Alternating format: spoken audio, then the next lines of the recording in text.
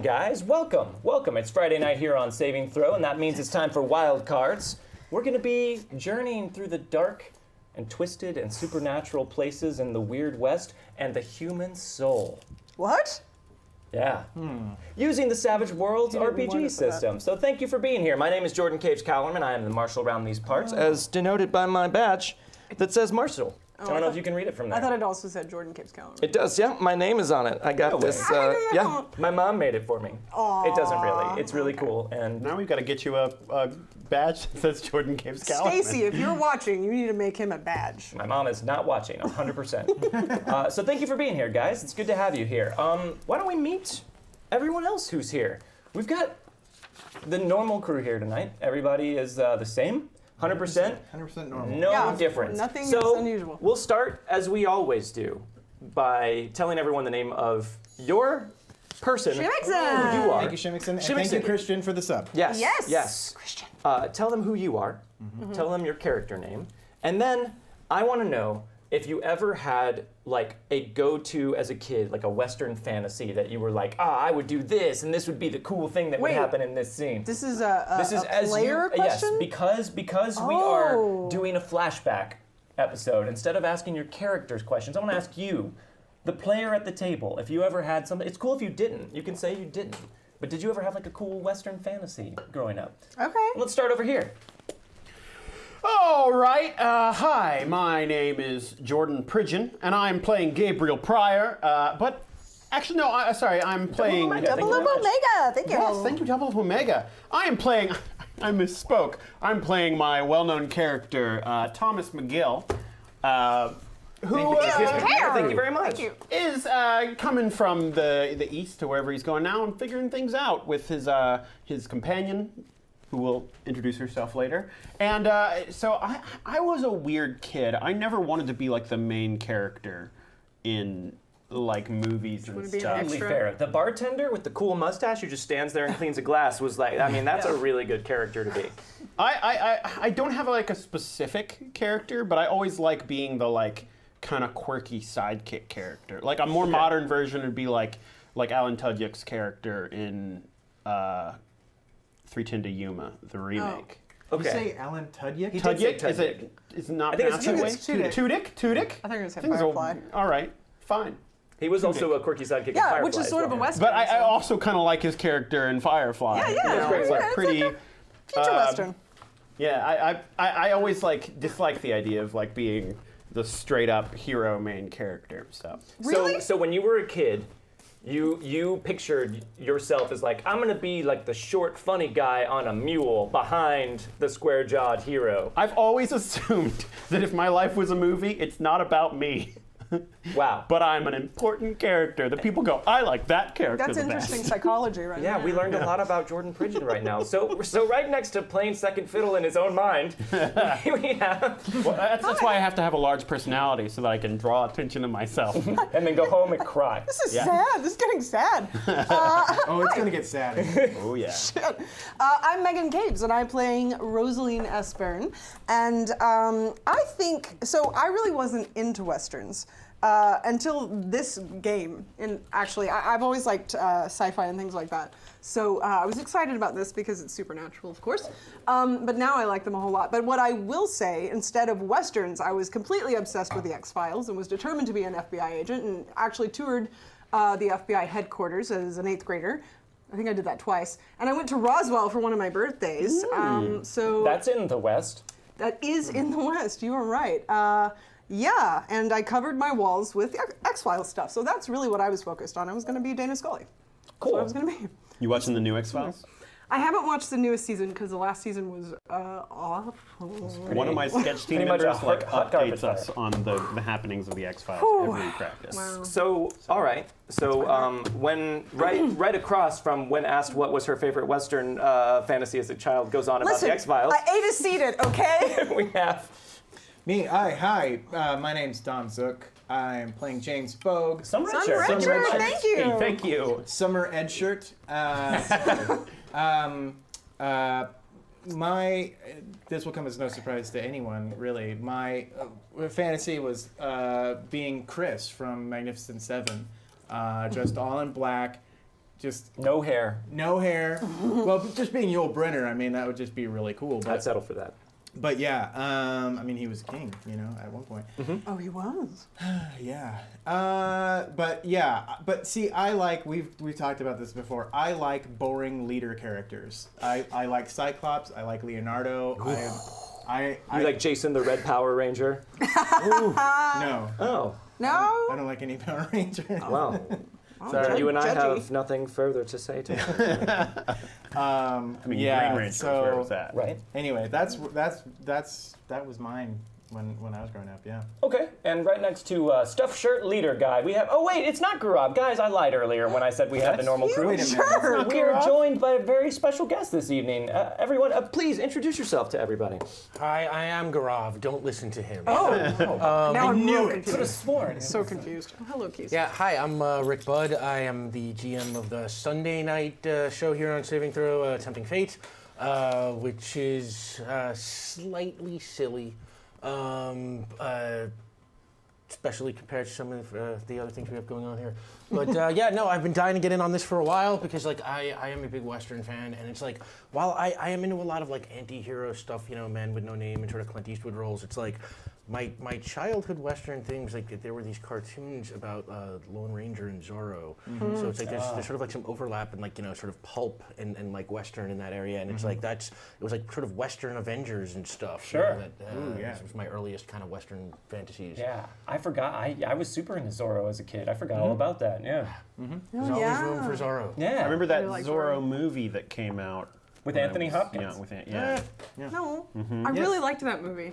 Catherine Zeta-Jones was super hot in that movie. I Yeah. really liked it. Yeah. I remember there's a scene where they're like fencing. He fights her. Yeah, and he like covers her cuts her shirt, clothes yeah. off the whole time. Yeah. And as a kid, I was like, "Whew, I don't know what's happening. I'm but feeling some I weird like this. Disney, what are you doing?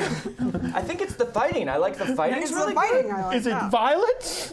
And then Rick, tell everyone. So tell us your character's name. But since well, we'll wait. We'll wait to learn a little bit more about your character. But tell them your character's name at least. Sure, I am Levon Valentine. And we'll leave it at that. Yeah. It's a good name. All right. Wink. So, before we get further into everything, and I think we addressed everybody. Thank you guys so much for the tips already. Yeah. Thank you. Here at Saving Throw, we are an independent channel. We run basically by and at your pleasure. By your pleasure, at your pleasure, for your pleasure. All of these things. We are ribbed for your pleasure. No, we are here to entertain you. No. And Legally, maybe we. No. we can't say that? No. We are here to entertain you, and strike from the record the last thing I said before that. If you enjoy what you're seeing, if you're having a good time, if you want to support us and you want us to continue to make awesome shows like this one and Tempting Fate and all the other shows that we run during the week, please consider tipping during the show. That is literally how we keep the lights on. It's how we keep the studio rented. It's what keeps us able to come in week by week and do this for you. Even if you can't tip, we still very much appreciate having you here. It's great to have you in chat. Please feel free to share that we're live, share that we're streaming, share that you enjoy the show if you do. If you don't enjoy the show, share that too, because you know what they say, there's no such thing as bad press. So, publish hate-filled rants about what you dislike about this show. That would be great. Yeah. Yeah, people talking about it. But then at the end, maybe say like, JK? I'm just throwing that out there. That could be cool. But we very much appreciate you guys being here. Thank you very much already, and I hope you enjoy what we're doing here tonight. What are we doing here tonight? Let's get into that. Okay. But first, wait, did you? No, were you gonna I say was a thing? just Looked like- getting excited as you were going to say things. Just ready. I mean, I'll come up with something to say. No, let's saddle up. Oh, okay, wait. I was already settled up. Whoop. So when we left off last week, doesn't really matter because that's in the present day. That's in 1880. We are not in 1880. We are sometime before that. We are flashing back to after Gabe and Rosaleen had already met and become a dynamic duo, but before they had joined up with the rest of the posse, long before Colorado and Coldwater Creek. That is where we are heading back to. And before we tell who everyone is or get into that stuff, let's draw some fake chips. What do you say? Sure. All We right. don't have the legend chip The legend anymore. chip is no longer in the hat. The We have to- legend chip was drawn and We have to do used. something great. We're not even legends at this No. point. Oh, you're No, right. We haven't you guys done are anything novice. You guys have legendary. been reset to the novice rank. Yeah. I mean, we're And, not legends in the other one That either. means you get less paint chips. That's true. But since we have a guest here, let's let the guest go first. So, Okay. draw 3 fake chips from the hat, please, Rick. Take out these. Is he not Leave Gaurav? on. I don't know. I lost track of that thread. All right, what'd you get? So I gave up. 3 whites, the easiest 3 white fate chips. Those are the easy ones. Nothing Nice. special about those. You can use those to re-roll any roll except for damage. Okay. And you can also spend a fate chip to try and soak a wound. If you're taking some damage, you can spend that to try and reduce the severity of it. And that's pretty much what you do with those. Perfect. It's short and sweet. James Bogue, Okay, 3 fate chips for you, you normal guy. I'll do it. I got one of each. Ah, the American flag. Fancy pants. Oh, Rosaleen. it's my turn. Okay, I'll take this one and this one and this one. I got 3 white. All right. And Thomas variety. McGill, since you got Only- luck and great luck, right? Oh, no. I just have normal luck. Just luck. So just 4 fate chips tonight. Well, 4's still pretty good. You weren't as lucky back then. I hate being only slightly luckier than everyone else. How Not used to rude. picking out What'd you get? 4. Oh, 2 reds, a blue, and a white. Fantastic. nice. All right, and then I get a fate chip for each one of the reds. players at the table. So I got a white, a white, a white, and a red. Oh, okay. I was hoping that the laws of fate would play that bit with me, but they didn't. Well, they did. There was a rule of 5. Oh, nope, it's just 4. Never mind. Yep. All right, so Lesser known rule of 4. Yes, rule of Chips 4. have Everybody been knows that drawn. comedy rule. where are we? Where are we? Where are we? Where are we? We are picking up on the road outside of Lawrence, Kansas. Ooh. And I guess I should set the scene a bit here, lay a little background. James Bogue was a bounty hunter long before he got wrapped up in the events of Coldwater Creek and the greater events of the Reckoning. Just wandering the West seeking something, redemption, vengeance, just a place to call his own. Yeah. We don't know. But somewhere around the border of Missouri, you were going after a target. Also going after that target was a fellow bounty hunter by the name of Levon Valentine. Now, both of you were a bit competitive, not really wanting to share this bounty money that you could get by turning in this hardened, gruesome criminal. And you were both racing to get there first, but you ended up tracking him down at around the same time, and it turned out to be a good thing because he proved to be no easy customer to take down. And you were both somewhat surprised to find the other fairly capable. Levon, though he might be a bit vicious for James's taste, is a great person to have in a fight. Knows his way around that very particular tomahawk he carries around with him all the time. And James, though Levon might find him a bit uptight and too cautious for his own good, is certainly no slouch with a gun. So working together, you were able to take this guy down and developed a grudging mutual respect for each other. Turning the bounty in, though, you discovered there was only one other bounty available at this very small office in this town in the middle of nowhere on the edge of the Missouri-Kansas border for one Edmund Fletcher, wanted by the Confederate States of America for counterfeiting, a bounty of $200. Last known whereabouts, heading across the Missouri border and into Kansas. And so we're picking up with you guys just traveling together by happenstance into Kansas on your horses. But before we jump into that, we've got some toasts. Ooh, all right. So everyone, raise a glass or a can of Coca-Cola. America's favorite beverage since 1800. Hey, where did Bogue get his habits? It's true. That's true. It's had to come from somewhere. So our We first call him toast 2 Cokes Bogue. It's a thing. comes from Vampire 54. Vampire 54 would like us to toast, don't let the prairie bugs bite. Oh, God. Don't let the prairie bugs bite. Set them up and knock them down. Or crawl in your mouth. Thank you, I bit Vampire them. 54. Too late. Did. In Soviet Russia. Peter Buxton would like us to toast to 6 seasons and a movie. To 6 seasons and a movie. Set them up and knock them down. Some red shirt would like us to toast, oh, all the money that e'er I spent it in good company. All the money I e'er spent, I spent it in good company. Oh, I messed it up. Set it up and knock them I down. think I kind of messed Well that done. one up. I like started a forgot the word O in. part. Guys, we're a team. We all messed it up. Thanks very much, Some Red We Shirt. messed it up together. Thank you. Shimmickson. D12s in boating are the best. Yeah, they are. D12s in boating are the best. Set them up and knock them down. Thank you very much to Shimmickson. CMF. To the good sirs and ladies of Saving Throw Show, may your crits be plenty. To the good sirs and ladies of Saving Throw Show, may your crits be plenty. Set them up and knock them down. Thank you very much. And BSB Care would like us to toast. Yippee-yi-yay, yippee-yi-yo, Ghost Riders in the sky. Yippee-yi-yay, yippee-yi-yo, Ghost Riders in the sky. Set them up and knock them down. If we don't sing it, I'm pretty sure we can legally say it. I'll sing it. Just pretend it's a beat poem that BSB Care coincidentally wrote that just lines up very, very nearly with the Johnny Cash song.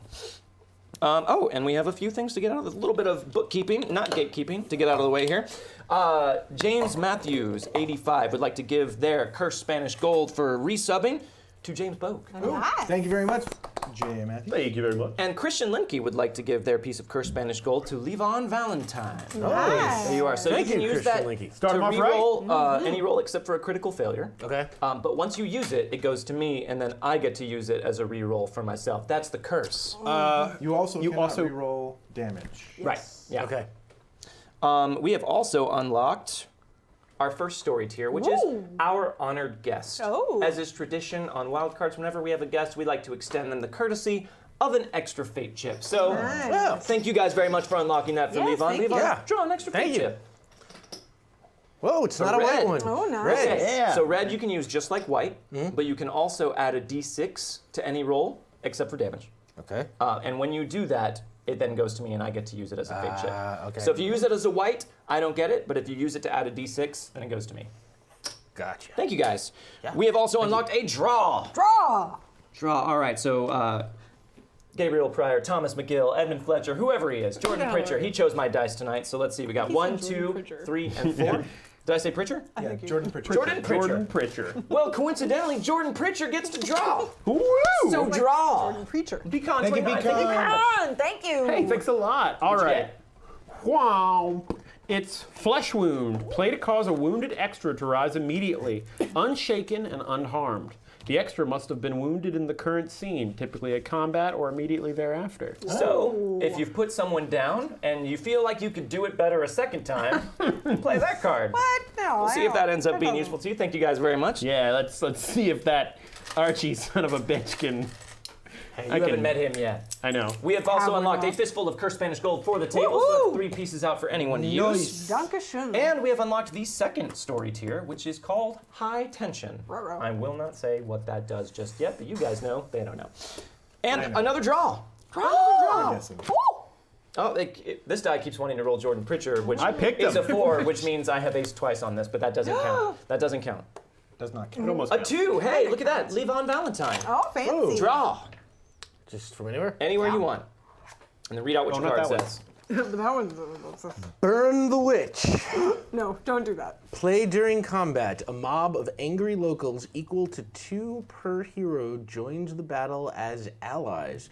Treat them as soldiers armed with whatever the GM deems appropriate. They stay for the current battle only. Holy shit. That's a crazy That one. is insane. Wow. Gatling guns. We've never drawn that one before. No, Nope. that one's insane. Wow, okay, so you can play that at any point to make that happen. That's a new one. And hey, look, you got that one that brings an extra back, which is only useful when you have allied extras, and right there. Hooray!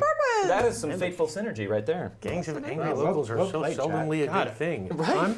But this time, they totally are. If no extras like die helping me, I'm gonna have to kill an extra to make this useful. Yes. Seems fair. That makes sense. That's the only way. Thank you guys very much for the tips. We very much appreciate it. Yes. So Yeah, thank you. let's pick up on a hot summer's day, riding on the trail outside of Lawrence, Kansas. So you're riding fairly parallel to the railroad tracks, heading out this way, heading further west. But you notice you haven't seen a train go by in quite a while. Yeah, calm your horse. This is not Dot. Not God. So what is the name of the horse that you were riding, James Bogue? The horse I'm riding right now? Gary. Gary. But wait. And I believe... The other guy hates Gary. Oh, so okay, that's I'm fine. Oh, okay, all right. I believe your horse has a name as well, Levon. My horse is named Horse. Horse. Who names horses? Good point. Levon's horse is named Horse. That's just one horse, not horse, Not just 3 one horses. horse. Yeah. Not to be confused. That's what comes after. Now we've got all three. We've got horse, horse, horse, dot, and horse. The set is complete, but in Gary, the wrong horse, order. horse, horse, dot, horse. Yes, we forgot Gary. So, Archimedes. it's been a while since you guys have had a night of rest in any sort of civilized place. You've been doing a lot of sleeping out on the dusty road, and though you guys have spent maybe a week all told together hunting down that bounty and then traveling out this way, I don't know how much you trust each other. How much do you think you guys trust each other at this point? Not terribly far for Bogue, anyway. I think you are a fellow bounty hunter, and of that, I have a personal code of honor. I don't know if you also have that personal code of honor, but I'm applying that to you. I'll say in our this. dealings. I'll say this. While you maybe never met Levon before, you definitely know him a little bit by reputation. Yeah. Mhm. And when you guys were going after that previous bounty, it was probably your plan to take him alive. Levon didn't seem to be as interested in that. But now I'm curious, since I don't know, was that last bounty taken alive?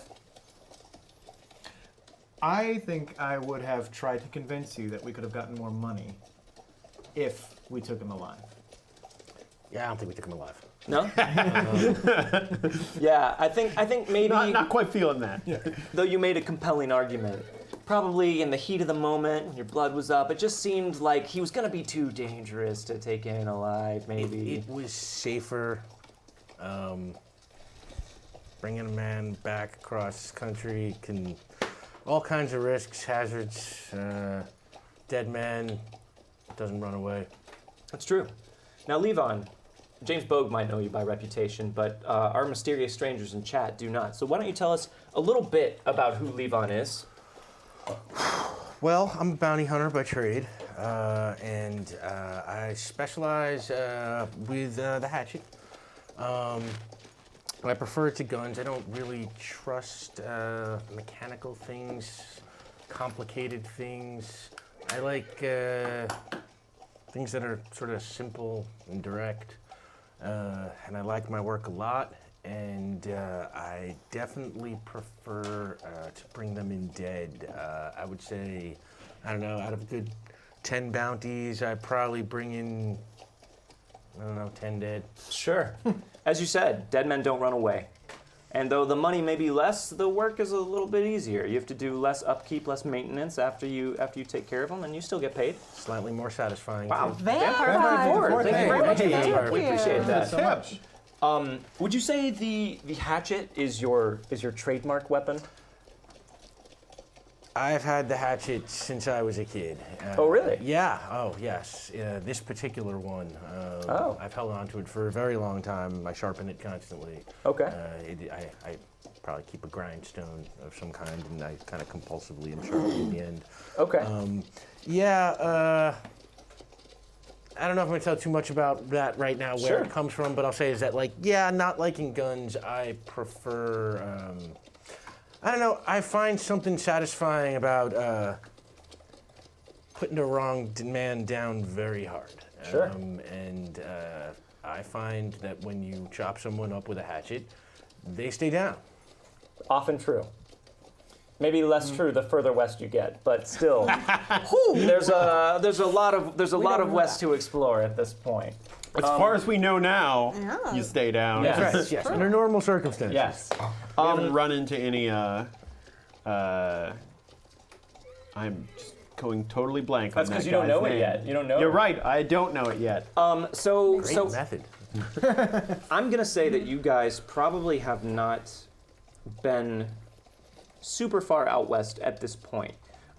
You're still in the relatively civilized region of Kansas. Dodge City is, for a lot of people, kind of the true marker of the West. It's one of the last big cities before it's just the vast openness of the American West. So you're still in a relatively civilized area, but it's getting more and more sparse, more and more open the further away you get from the Mississippi River. So this is probably around as far west as you guys have come. Now, Levon, you were very open with us about all of that. Thank you very much for that. But how open would you have been with James Bogue about any of that? Have you guys been talking at all? James Bogue is a pretty quiet individual. Yeah. Probably not too much. No, I would assume I'm also pretty quiet, but I also do not spend time with people that I do not like. So I would assume that I regardless of what he thinks of me, I've taken a shine to James. I probably find him, it's like, I don't know, it's just kind of like a chum. I don't really feel that with a lot of people. So I'm sticking with him, and I'm just I'm amused by him right now, and just sort of. In my mind, he's better off with me than he is just out and about. Killing willy-nilly. That is actually probably true. Yeah, sure. I'd rather just have him close so I can keep an eye on him. But he is useful in a fight. So. And there is a quality to James Bogue that you've seen kind of flare up from time to time that lets you know there's a little bit of seeing red that happens to him from time to time. But as far as you can tell, he tries to keep that buried and under control. So yeah, perhaps maybe there is a little bit of a recognition of somewhat of a kindred spirit. Yeah, I would say that part probably interests me especially. I probably love watching that little bit of him tease out, or as much as I've seen in the week we've spent together. If I got to look at that in particular might be what sort of makes him interesting to me. Is that oh man, I've seen a little something there. What probably happened is I killed the bounty that. Yeah. Oh yeah. Woof. After you were like, I think it would be better. Yeah, I think, God damn it! And then I chopped him up just to make sure. Yeah. Right. You gotta Easier make transportation. Sure. Yeah. Right. So much easier to Yeah, carry. We've unlocked the next story tier, which is one that we haven't seen in quite a while. Wait, what does that mean? It's an oldie but a goodie. Little one by the name of High Strangeness. Oh, no. So thank you very much for unlocking that. Sounds highly strange. Chat, we'll see how that develops. Yeah, It's like High Times, but it's high strange. in the modern setting, strangeness doesn't surprise us as much as it used to. Strange, whatever. So you guys have been on the trail. It's probably late afternoon, mid to late afternoon at this point, and it's very hot. The sun's beating down. It's a still day on the Kansas plains. And this trail is fairly well traveled. It's a pretty wide road that you're going down. But you've noticed as you get further and further west that you're starting to see. At first, it was a couple people kind of going the opposite direction. Then you saw maybe a wagon or two that looked like families loaded up. But both of you make a notice roll for me, please. So you're going to find your notice skill and roll whatever die you have in that. And then, oh, right. Yeah, good reminder. Real quick, though, I almost forgot. We were sent these lovely wild dice by our Twitch username, CivilSavage880, with a delightful note. And he is a member of the Lone Star Savages, I believe, which you can find on Facebook and Google+. But he sent us these awesome Lone Star Savage wild dice with their logo kind of there on the D6. So They're super cool. for this session, I'm going to hand these out to everybody to use as their wild dice. Now, Rick, unfortunately, I can't let you keep that. That's for Gaurav. No, I understand. But you can definitely It's not use Gaurav? it. You can definitely use it this time. Yeah, guys, I'm pretty sure he's not. I'm like 90% sure he's not Gaurav. Yeah. Did anyone message Gaurav to see? Is he showing up? If his phone goes off in here when... Oh, yeah, that'd be weird. All right, so making a notice roll, you're always going to roll your wild die, and then you're going to roll, whatever your notice is. I feel like I'm not going to know how many frontier gentlemen he is. Right. Oh, crap! You'll take the highest of the two results. Ooh, that's a 6. This Both Lone threes. Star dice. 3? Yeah, both threes. Both 3s, okay. And Dom has double ace. Ace! With Look his at those Lone Star aces. die. Ace again! And a Oh, one. it was a 1. That's the opposite of an ace. Yeah, so 7. Okay. Oh wait, no, No. 6, 13. 13, I believe. And you do not yet have Mine's your gone. edge that gives you a bonus to notice. No, You were not just yet. you're a relative novice, James Bogue. So you guys are going down the road, and you're not really focused so much on the other people. You're focused on the task at hand. Normally, counterfeiter a bounty this low isn't something you would go after. He's only worth $200, and there is no dead option on the bounty. It's alive only. They don't typically want you to kill a counterfeiter. It's not dangerous enough for that. If they can use him. So you're just thinking about, what a waste of your time this might be. Well, maybe I can get him to attack me. Self-defense. There's a lot of leeway there. That's true. And you could Still probably don't get the money if you kill him for that. No. Oh, I imagine Levon has gotten the money for killing a live bounty once or twice. He was coming right at me. You know, that's a good Town defense. clerks get scared too. That's true, especially when you're constantly sharpening a hatchet in front of them. James Bogue, though, you notice as you continue that some of these wagons seem to have been hastily packed, and it looks like some of them are families carrying with them all of their earthly possessions and just heading away from the direction that you're going. Okay. The next wagon that comes by. Pardon me. What brings you coming out this way? I'd noticed several wagons. Disturbance going on up ahead? You must be a stranger around these parts. I am. Yeah, we're coming from Lawrence Way, a little bit further over there, yonder west. But I don't recommend now is a good time to visit, stranger. Well, why not? Tensions are a bit high in town right now. I don't know how much you know about Lawrence, if anything. But there's a lot of rail presence there as of late. We got Union Blue, of course, also Black River, also Dixie Rails, also the Kansas City and Little Rock Railroad Company, and none of them take very kindly to the presence of the other, but they're all there to stay, and things have been a bit tense for a time now. Of course, here lately we've had some further trouble that just somewhat stirred the pot. Things are getting a bit unsafe for a family man in town.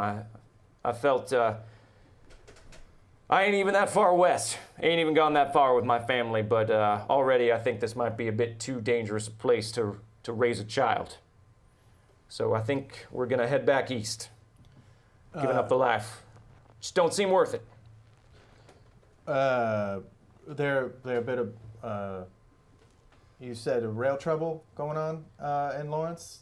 Is there just a lot of unsavory types showing up in the town? A little bit of that. And, you know, this area of Kansas ain't exactly known for being well patrolled, well maintained. They had trouble maybe 15 years back, maybe less, before my time, with Quattrill's raiders coming through, burning most of Lawrence to the ground. Why these people rebuilt, I have no idea, because this place seems fated to be the site of many more violent acts and spilling of blood. So there's always unsavory types, legal or otherwise, ready to ride through Lawrence. I bet at least a couple of them got a good bounty on their head. Could be. You have law in Lawrence? Well, yeah, that we do. Got a marshal and a few deputies. Though he's overtaxed, trying to keep the peace between all the rail lines. Ain't much he can do, really, to keep the peace for the rest of the town. Why, you gentlemen lawmen yourselves? After a fashion. Something like that. He takes a long look at both of you, especially you, Levon. Oh, I see. Bounty hunters, I take it? Well, you have a good day now, sir. You do the same, and if you know what's good for you, money or not, you'll steer clear of Lawrence. Now ain't the time. Have a good time back east. I reckon we will. Yeah! And he heads his cart further on. Sounds like our dance card's going to be full in Lawrence. Sheriff needs help thinning the population. It is our righteous duty. We shall see. You guys heading on? Yeah. Oh, yeah. Okay. So as the afternoon kind of wanes, you start passing less and less people. It seems like whoever was going to leave has already done so, and you've left them behind you. Lawrence is not a huge town. It has the makings of a booming rail stop, and even seems a bit overbuilt. And I say overbuilt because as you ride into town, it seems like there are less people than there are buildings here in Lawrence. Everything has a bit of a quiet feel to it. Not quiet as in idyllic, though. You get many a dirty look as you ride into town, and everyone seems to keep their hand very close to their their smoke wagons here on the streets. Many a suspicious side eye and a twitching curtain you see as you ride into town. Where are you headed?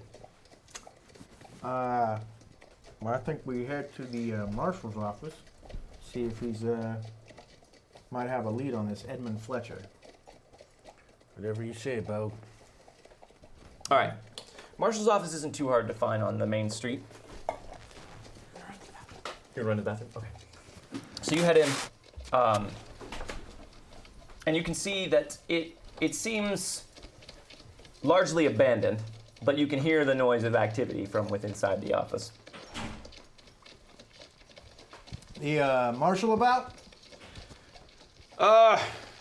Who's asking? Name's James Bogue. Is that supposed to mean something to me, fella? No, but this fella might, and I'll hold up the wanted poster for... Oh, you walk into the office? Yeah. All right, so he is, the Marshal is a middle-aged man. Seems to be fairly athletic, but you definitely can just sense an aura of radiating stress coming off of this guy. He is overworked. You can see his shirt is ruffled. He looks like he hasn't slept super well. His hat is slightly askew, and he looks up. You're gonna have to bring that a little bit closer. I ain't got my glasses handy. Edmund Fletcher, Name ring a bell? counterfeiter. Is there a likeness? Is there a likeness? To who? Thomas McGill? Maybe there is. But if there is, the Marshal doesn't seem to be too aware. Listen, I appreciate you're trying to earn a dollar, but I ain't got time for small-time people like this right now. We, if you haven't heard from the flood of people leaving Lawrence right now, we are overtaxed just trying to keep violence from breaking out in the streets in the middle of the day, let alone the dead of night. So these rail line employees keep me busy plenty. So unless you're here as an officially designated peacekeeper from one of these railways to whip some of these regiments into shape, I don't see as I have much time to really speak with you right now. Are you here as a designated rail employee? Can't say we are, I'm afraid. God damn it. However, if you have some problems, we might be able to assist you as duly designated deputies. Deputies of what? Lawrence, Kansas. You want me to deputize you? Can help keep the peace. Fellas, I don't know you from Adam. And while I appreciate the offer of aid, this town is a powder keg right now, and the last thing I need is two cocksure individuals coming in town, lighting matches and tossing them about all willy-nilly. That's not us. We're all about making men peaceful. We're cautious men. We're just prepared. What we want to see is a town that is welcoming to the people coming through the West. And if it opens up a path for us to find this Edmund Fletcher, all the better. As I figured. You two may speak of peace as much as you wish, but I can tell just from the look of you that you are after one thing and one thing only, and that's money. And I don't aim to legally deputize two people who I ain't ever seen, don't know the character of, and don't know how reliable they are, to just be tossed into the middle of this stormy whatever it is. Well, all right then. We'll be conducting our business, and we will stay out of your way as much as possible. Listen, let me see that poster again once more. He takes it and gets his glasses out of a drawer and puts them on and studies it for a bit. This is why you're here? For a counterfeiter? Mm-hmm. I can't say I know the name Edmund Fletcher, but there's a passable resemblance here to a new arrival in town. Who's that? Don't know that I caught his full name, but I believe he called himself Thomas. He and his lady friend or wife or whoever, they're set up, I believe, in one of the rooms above the local saloon. Which saloon is this? The Rusty Wire. And some red shirt is asking if this is prior to Gabriel. Yes, it is. This is prior to Gabriel Pryor. But after Edmund Fletcher. So, listen. I've told you what it is I know. If you find this individual and he is who you are after, I would ask that you do what you need to do, take him with you, and then please leave town. I don't need any more trouble. That's all we're asking for. He hands it back to you and just literally wipes his hands of the whole affair and goes back to filling out paperwork and stamping things. It's no brown palace. No brown palace, huh? That it is not. All right, well, you have a good day, Marshal. We'll be about our business. Let us know if you change your mind about needing some help. Oh, if I change my mind, you two shall be the first people that come to mind. Good day. Good day, Sheriff. I do not have good luck with marshals or sheriffs at all. Nope. I don't know. I Yeah. thought he kind of liked us. Let's head on over to this Rusty Wire and let's see what business we can dig out. Maybe we can knock this out early and get out of this godforsaken place. Whatever you say, Bogue. Careful with how you point at me. You're tricky. Does that Gun count as a... fingers. Yeah, it's just, Oh, sorry. my eyesight's not as I good didn't as mean Oh my. So you guys head over to the Rusty Wire? Mm-hmm. Okay. You can just follow the noise of late afternoon debauchery down the street a ways into a bit of a rundown establishment that proclaims itself to be with a very sad and faded sign out front, the Rusty Wire. Heading in? Yeah, I think so. All right. So you both walk in through the front door and Before we head in, Yes. do we have? Is there any sort of like plan that we might have worked out? Should this guy be here? Can we tell, does the place have a back door? I mean, you can't tell from looking at the front of it, but if you guys wanted to kind of circle it a bit and take a look at I'll everything. reconnoiter. Walk around and sort of, case the joint a little. Sure. Okay. Are you trying to be stealthy, nonchalant about it, or are you just sort of just walking and checking it out? I mean, we're probably not hiding or anything, but we're also probably not going out of our way to draw attention to ourselves. We're probably slowly taking up position somewhere, hanging out for 20 minutes, walking slowly down the street, hanging Okay. out for a little bit. I would say, do either of you have the stealth skill? I believe you do. Yeah, I do. Levon. Why don't we then say, Levon, you make a stealth roll, and James, why don't you support him with this? So first, we'll have James make a cooperative roll. Okay. So you do not have stealth, so you'll be making it untrained with a D4 minus 2. Well, that's Whoa, a 4. ace, Oh, you ace. That's a 3. So 7. So a 5. So that is one success. So Levon, you will add a +1 to your roll, Oh, okay. So it's the 8 plus the... plus the wild die. Okay. 3 and a 4. 3 and a 4, so +1 makes it a 5. 5 is a success. In general, you want a 4 to succeed. So you are no stranger to being nonchalant and casual and careful and patient when it comes to that feeling that you get when your quarry is nearby. So you both just sort of spend some time just casually wandering around up and down the street, kind of sideways. You take a long walk around the back way. Just two strangers in town checking everything out. Like you do. Yeah, the Rusty Wire indeed does have a back door. And it looks like, from the state of things back there, that whoever cooks and empties the chamber pots or whatever, buckets, whatever they use, seems to use this area behind the Rusty Wire as a universal dumping ground. It looks and smells pretty foul back here. And you can see some dirty, grimy windows in the upper story that look back out over the area you are, that appear to be the rooms that you can stay in here. What do you think? Well, I reckon if they're in there, one of us goes in the front, flushes them out, the other one waits out here. could be he's up in that room. Whatever room it is. Could be. All right. I'll go through. I'll see what I can find out.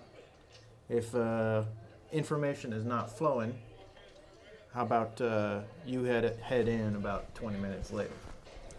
Sounds about right. All right. Okay, so you're going in through the front, and Levon, you're gonna wait back here I'm by the gonna back door. sit back here and just keep an eye on things and try and like watch that room if I can. Okay, double up. Double up, Thank you very much for the sub. Mega. Please let us know in the chat who you would like to give your sub piece of cursed Spanish gold to. All right, so you're heading in through the front door now. Okay, so for the first time, heading in through the front door. yeah. So you walk in through the front door. Wait. No. Oh, okay. And everything does go quiet for a moment as everyone kind of just swivels around to look at you.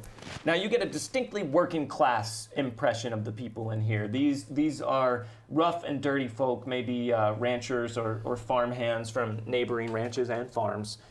You don't see anyone wearing any sort of rail uniform, nor do you see anyone who doesn't look like a bit of a rough customer. But after they see who you are, they seem to lose interest and go back about their business. I'm probably covered in trail dust and everything anyway. Do a quick scan of the room, see if I see anyone familiar. Make a notice roll. 5. 5. So you scan the room. You don't see anything crazy, unusual, or anyone you recognize. Definitely not Thomas McGill, at least not by his likeness. You do notice there's a very attractive woman sitting in the corner who seems to be entertaining a handful of very attentive gentlemen as she's playing a round of cards with them. Although they seem much less interested in playing cards than just being in her company. That's really the only thing that stands out of note. In this bounty, was there anything about Edmund Fletcher traveling with a companion? No. Yeah, that's what I thought. The Marshal of the town made mention of that, but there are other women here as well. Yeah. All right. I'll go to the bar then, and order a whiskey. Just whiskey? Just whiskey. You ain't got any particular kind that you would like? Because you see, Lawrence is on its way up in the world, so I have taken the care to specially curate a selection of, we'll call them executive whiskey options for the purveyor. No, I'm the purveyor. What's the fancy word that I'm looking for? Discerning. Yeah, thank you, Mildred. The discerning saloon person who goes to saloons. Patron. Give me one step down from that. All right, so you are selecting the well whiskey, and I say that because it is a step above good, but a step below everything else. It's well. Coming right up. All right. That'll be 25 cents, mister. Oof. This stuff ain't cheap. Yeah, it's not cheap. The cheap one would be 10 cents. Right. Last chance to change your mind. No. All right, it's working. All right, and he pours you a shot and just kind of puts it down in front of you. I'll put another 25 up. Oh, one more coming right up for you. Hold Double. He wants up. a double, Mildred. Hold up. What? Hold up. Looking for some information. Oh, and he kind of looks around to see if anyone else is listening in. The bar seems somewhat empty. Everyone seems to be at tables playing cards and drinking. So he kind of furtively leans in a bit. Says, "Listen, information can be pretty dangerous stuff here in Lawrence as of late. What sort of information is it that you're looking for, stranger? And now I ain't promising in asking that I got something for you."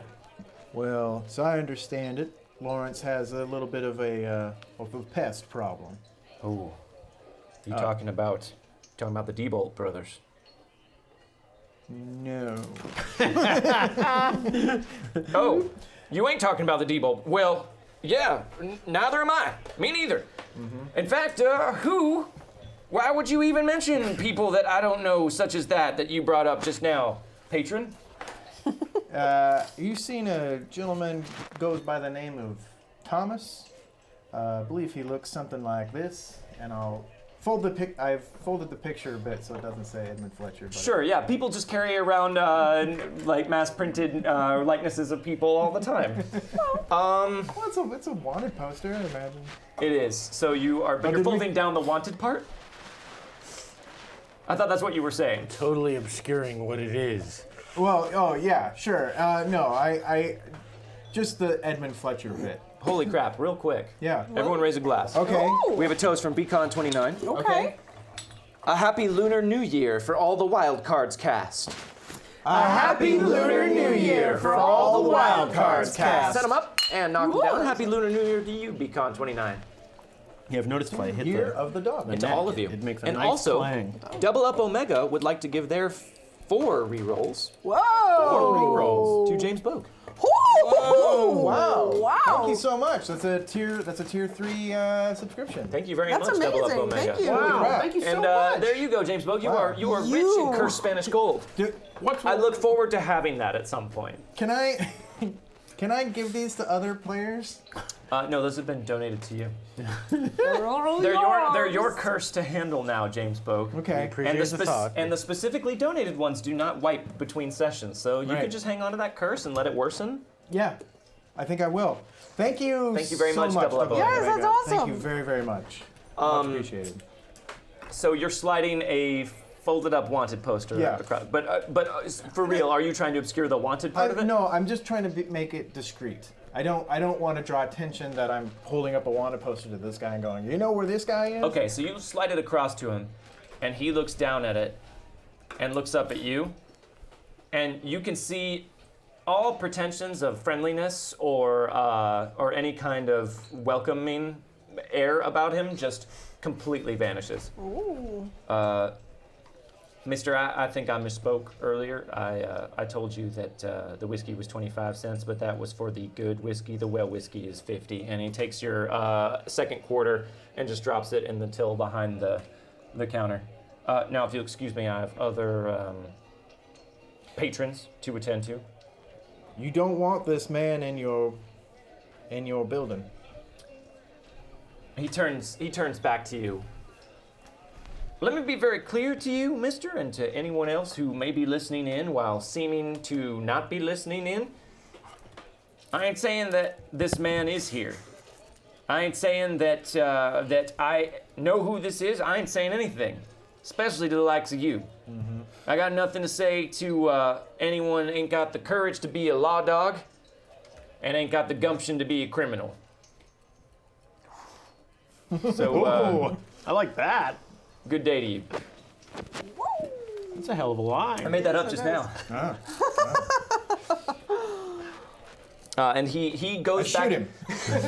Right in the face. He goes back down to the empty end of the bar and busies himself with work that Cleaning he glasses. clearly does not need to be doing. What? Cleaning glasses. Cleaning the same glass over and over again. Because that's what bartenders do. Yes. I take this shot of whiskey. And I spin around and just start observing the bar and looking up the stairs, I guess, that lead up to the residences, Okay. as it were. Let's jump across the table for a minute, shall we? So, Rosaleen, you're down here entertaining a table of gentlemen by just playing some good-natured poker with them. Thomas, what are you doing right now? I think I'm probably playing poker with the others. Oh. Back to the bar. No? Is that bad? Should I not be doing You're that? probably not playing poker with the others right now because he rolled a he would've- successful notice check and he didn't see you. Okay, So you are probably upstairs or elsewhere right now. Yeah, so, By the way the dice lie. all right, that seems fair. I imagine most of the time the way I play it is if she's running a game, I'll be one of the first people to join in, and I'll win big, pretty easy, and be like, Man, this is free money. This is just She sucks easiest at game cards. in town. You can never trust a woman to run a hard game of poker. This guy. Yeah, and then I'll probably duck out, and then she begins to win. Okay, so you cash out and just walk away with your big winnings. Oh yeah. Okay. Whew, man, easiest money I ever got. So what I probably do after that is I don't think I go far, Sure. but I think I probably go outside, stay a building or two away, and just kind of watch what's going on. Because I'm always ready to like come in if someone tries to make trouble. Because you know she's a beautiful woman who's also running a game where tensions can get high and stuff Sure. like that. So. I'm always okay. kind of there to bail things out if we need to. Come So in. you're maybe a building or two away Yeah. in a place where you can keep an eye on the rusty wire. Mm-hmm.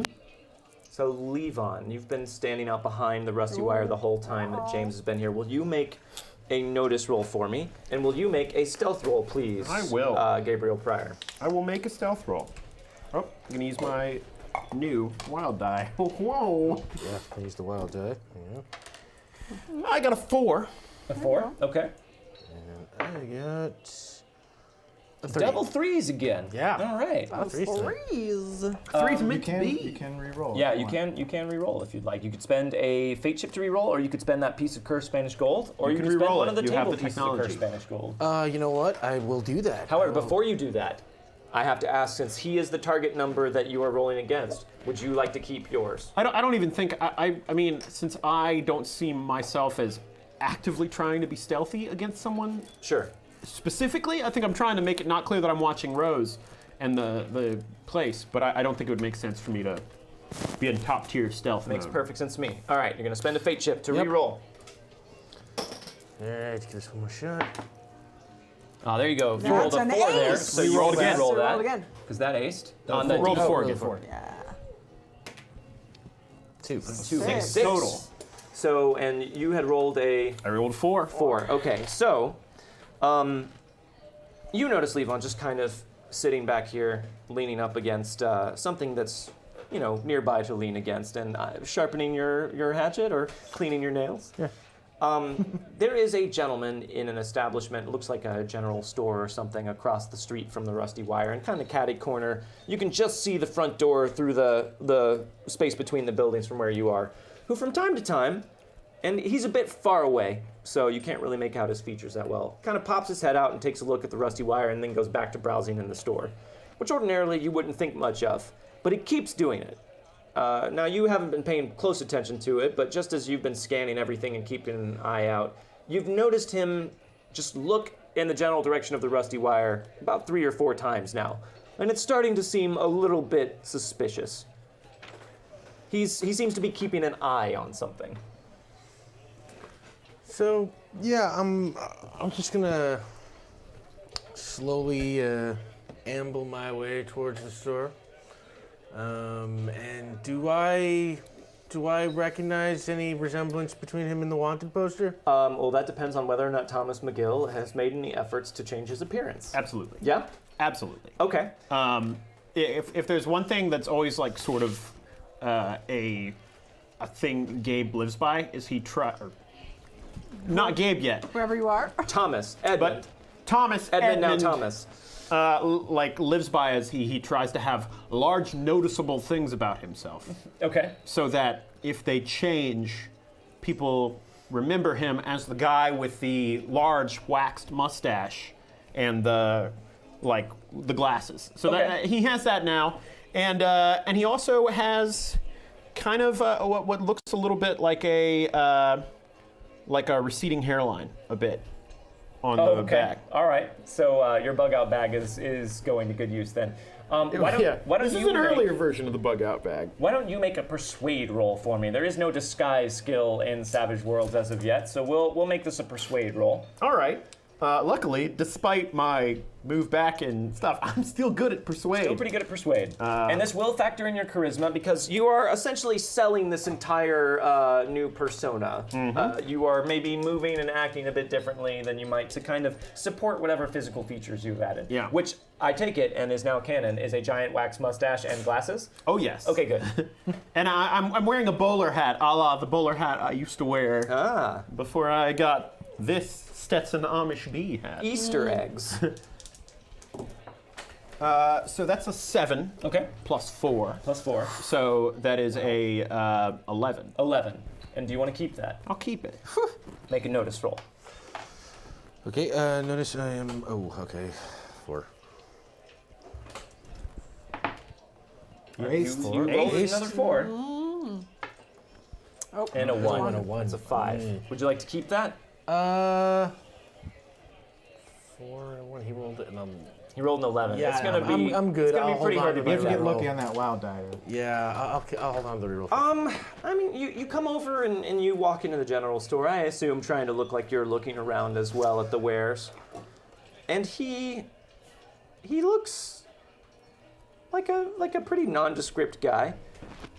He's got a real big mustache though, and a large pair of spectacles that kind of make his eyes look a bit unusual. So it doesn't bear too much of a resemblance to the picture that you've seen. I mean, you're pretty sure if he had a mustache of this caliber and a hairline, set up that way and wore large spectacles, that would be information included in the poster. Now, can I get any sense from where I am what he's watching at the saloon? Will you make a notice roll for me? Yes. I'm also. This is an interesting game of cat and mouse we have playing out here. So I got a 4. A 4. This gentleman who has come into the establishment seems to be looking at more than just the wares here. From time to time, and maybe you're just imagining it, but out of the corner of your eye, you get the impression sometimes that he's maybe studying you a bit closely, but whenever you look, he's always very carefully studying the label of this bottle of tincture that he seems super interested in purchasing and is checking out all of the different specifications of. But you get the impression that maybe he is watching you in some way. Well, let's go chat, why don't we? Okay, let's chat. But before we do, Oh. let's jump back to the rusty wire. Oh, well then.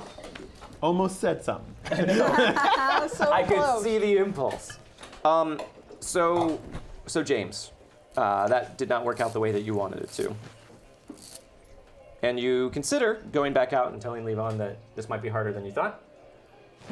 But does anything stop you from doing that?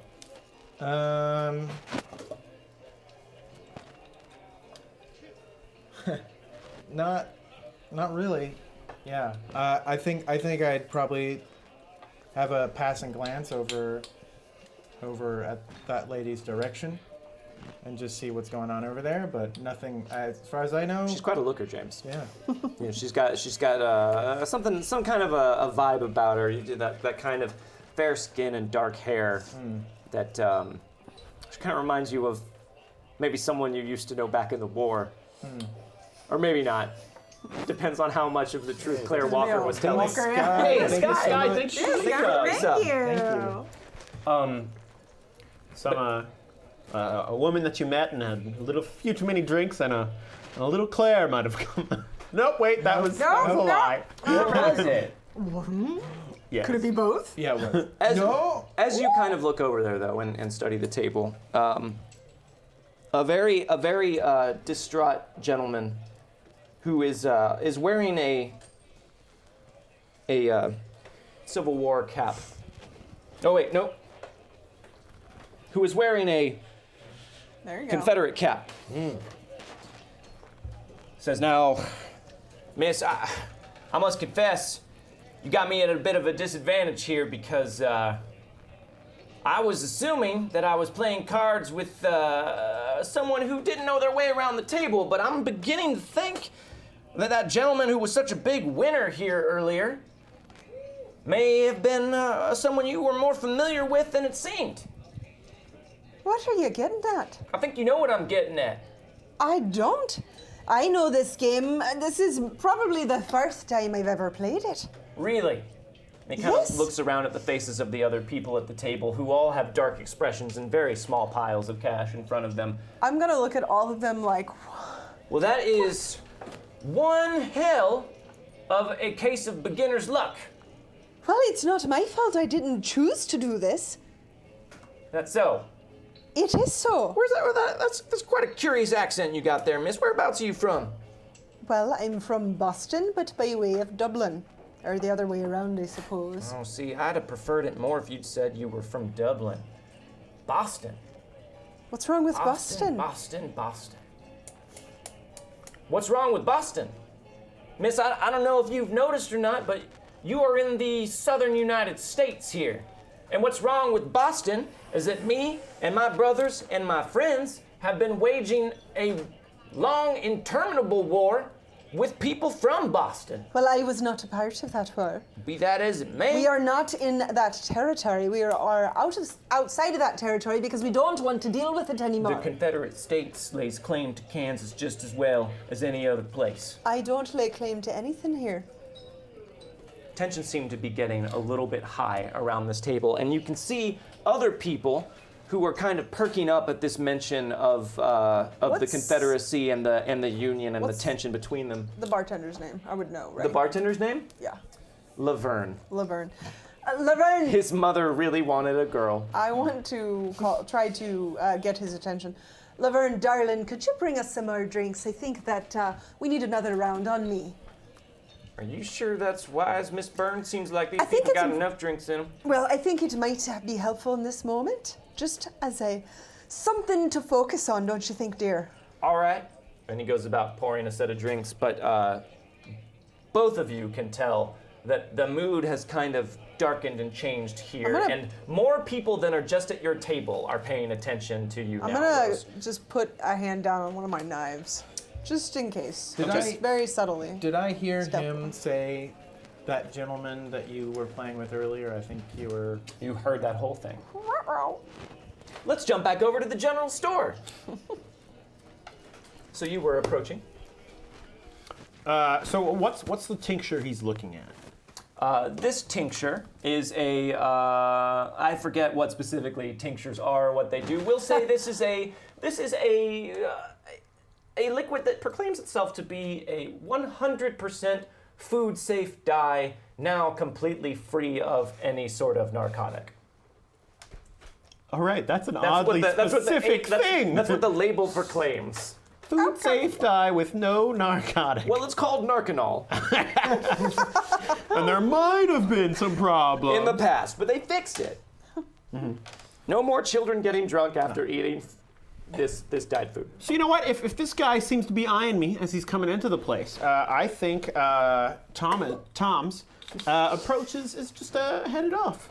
Let's go talk to the man. S's in there. Hey, did you Hey, regular? thank you very much for the tip. Hello, sir. I can't help but notice that you seem to be new in town. I haven't seen your face around. And I was wondering if you have found yourself the good word of Jesus Christ, our Lord and Savior. Well, he never had much use for the word of the Lord. But Well, a lot of people coming out of the West like that have the same sort of thing that you do, but they have not found themselves in possession of as high a quality product as I have available for you right here, sir. And I take out a somewhat nice, like, gilded pages Bible kind of thing. Okay. Now, I know we've just met, but you just look like a sensible sort of man, and I just want you to know that there's nothing you're going to find in Lawrence or anywhere east or west that is as nice as these here books that I have available to you. And I am in a position where I need to get rid of more of them than I normally do somewhat fast. so, you also just passing through these parts? Well, I've been in Lawrence for some time now. I just happen to have, I just need to earn a little bit of money, if that makes sense. Well, I take the book from him and I open it up and I start sort of slowly like paging through it. You know, I do like parts of the Bible. A lot of good stuff in here. A lot of blood, a lot of slaughter. Revelations is a rather fun section I enjoy myself. It's got its moments. Sure does. So, does my role, I guess my role from before to see if I saw through his disguise still counts? Yeah, and I would say he hasn't necessarily said anything that would trigger a second Okay. glance. He is selling this super well. Like he just seems like a nervous, fuss-budgety kind of traveling Bible salesman. If you don't mind me asking, what is it that brings you here through town? Oh, I'm just looking for someone. Oh, well, everyone's looking for someone who comes out west, aren't they? Maybe the person you're looking for is Jesus Christ. I reckon it's probably not. Well, that's what a lot of people think before they find him. Jesus Christ been counterfeiting? I don't think he's counterfeited anything unless you can say that wine wasn't true wine. But I believe that if God says it's true, it is true. So real quick, at the mention of counterfeiting, Gabriel, I'd like you to make a spirit roll for me. All right. There's lots of rut-rows happening. I aced on an 8. Oh, you aced on an 8. So that's 12. 12. Okay, so this gentleman has been, you caught him sort of eyeing you, you're pretty sure, and now he's mentioned counterfeiting and that he's looking for someone, and you have a mighty impulse to check in on the Rusty Wire and make sure that nothing strange is going over there, but you realize that that might be a somewhat suspicious thing to do at this point, so you are able to fight that impulse and not check in on Rose. Remember, she can handle it herself. And you continue to deal with this stranger. I think partially when I see someone kind of eyeing me, I know that there's at least a chance that there's someone coming out looking for me. So I've sort of steeled myself for any sort of mention of who I am or what's going on. But my MO is like fucking jump into it. I mean, you remember when Esther came, I do. my move was just Hey. haste. Thank you for the Thank you for haste. that too. Everyone Wow. has haste now. I mean, Oh, we have haste. No, just kidding. But Venus Sky would like to give their resub reroll to Thomas McGill. Oh. Marks. Thank you very much. Thank you, Venus Sky. So yeah, I would assume that since I saw him before, looking across the street, that's what first drew me here. Mm-hmm. I don't know what it is, but I know he's interested in something over there that keeps calling him over. So I think I'm just going to see if I can wait him out and make him impatient enough to sort of make a mistake. Okay. So I'm thumbing through his Bible, and now let me ask you. I never quite got the full biblical education. What is your favorite part of this here Bible, and why? Oh, well, I am myself a fan of Thessalonians because it's not something that most people get into. Thessalonians. Yes, Thessalonians, although I do very much like the letters from the apostles. The apostles. Yes, they're very down to earth, are they not? I mean, they're not from the word of Jesus himself, but how much closer can you get? And we'll sort of trail off there. Levon, it seems like your plan to outweight this man may have backfired somewhat spectacularly. He seems to just be spooling up at this point. We'll jump. He knows just enough to bullshit his way through a conversation. A really long conversation about the Bible, but we'll jump back across to the Rusty Wire. Well, look at that. It appears I have lost again. Now, maybe it's just me, and he definitely seems to be a little bit drunk and a little bit rowdy at this point, but it seems downright unusual, don't you think, gentlemen, that we would lose so heartily to someone who has just picked up a deck of cards for the 4th time ever in her life? How is it? Rose is going to get a little closer to him and just say, "Darling, I think maybe Do not touch me, miss. All right? And this is an unusual reaction for Rosaleen. This is not something that happens occasionally. she's used to. But you have noticed that the people in this town have been on edge of late. And you noticed that battle lines seem to be drawn daily while people are walking down the street. And at his outburst, the saloon goes quiet. And he says, I I do not wish to be touched by a cheating, lying spy for the Union. And when he says that and points to you, you see a bunch of people at other tables just sort of put their drinks down and perk up and stare at you. And you What can was feel, your name again?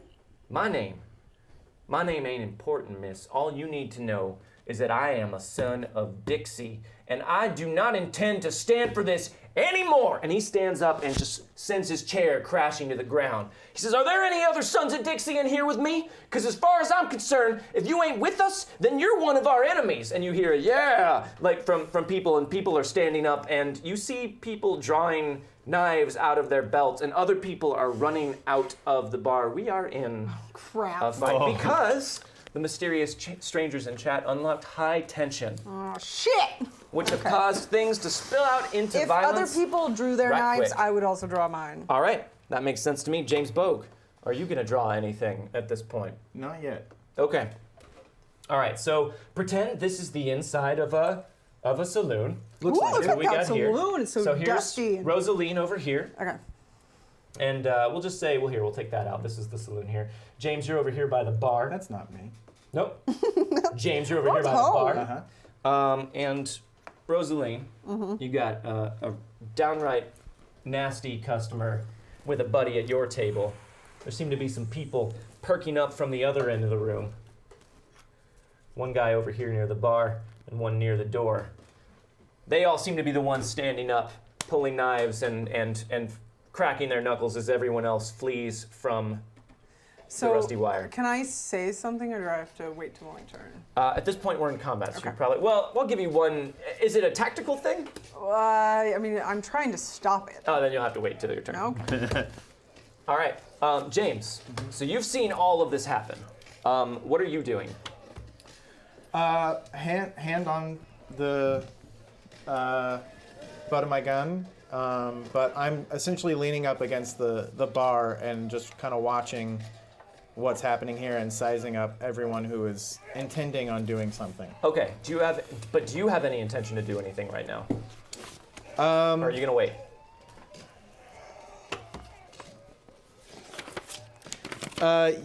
Yeah, I do have some. Yes, Okay. Yes. Then I will deal you in. yes. Now I will remind you that violence, though common in Lawrence, is still not something that is frowned smiled upon. And if you are going to take another person's life, if you cannot prove that it was in self-defense, you will answer 2 charges for that. And you are both well aware of that. No one has pulled a gun yet in the bar, is what I'm saying. James Bogue. Pulled knives. 3 of spades. No, thank you. No, I'm sorry. You have to keep Oh, it. come 'cause you don't have the quick edge yet. Levon, you Novice. are all of a sudden aware of a commotion, and you see people running out of the saloon. But both of you are only going to be able to notice that this round. Okay. Rosaleen, King. King of Hearts, King of Hearts. and for these Confederate sympathizers. Oh, And come Ace on. of Clubs. Come on. All right, so Rosaleen. Yeah. Unfortunately, with most of the people running out of the bar, and you being the focus of all of this, Great. you're the focus of all of this. Great. I hope I'm right about you being capable. I'm so capable. Now, ordinarily, I wouldn't stoop to hit a lady, but you don't seem like any kind of lady worth nothing to me. Ooh. And he stands up and just rears back and wants to just try and punch you right in Shit, the face. I don't have dodge or anything. No, you don't. Damn it. So he's gonna move in. Oh, Rose and I'm gonna fall out of my dies. chair. He's gonna go right for it. But your charisma actually went up. Be damned.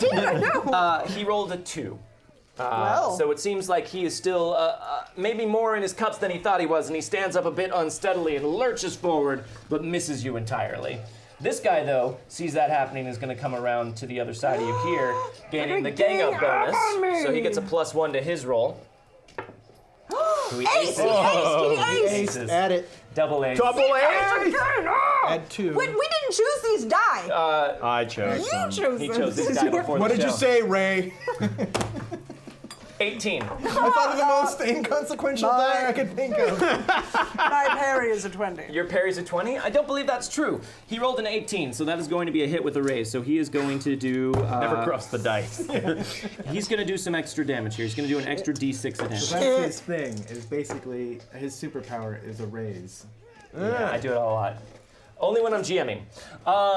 10. 10 points of damage. What is your toughness? My toughness is 5. Okay, so that would be you would be shaken and wounded if you. I will if try you to take soak this. it. That's vigor, Okay, right? I yep. haven't soaked in a long So you're gonna time. make a vigor roll. Yes. So she's gonna spend a fate chip Vigor to is soak. currently- Make a vigor roll. If you succeed, which Really? you did I got not do. 2 2s. I'll give you a fate chip you can use to There's, no, you can't do that.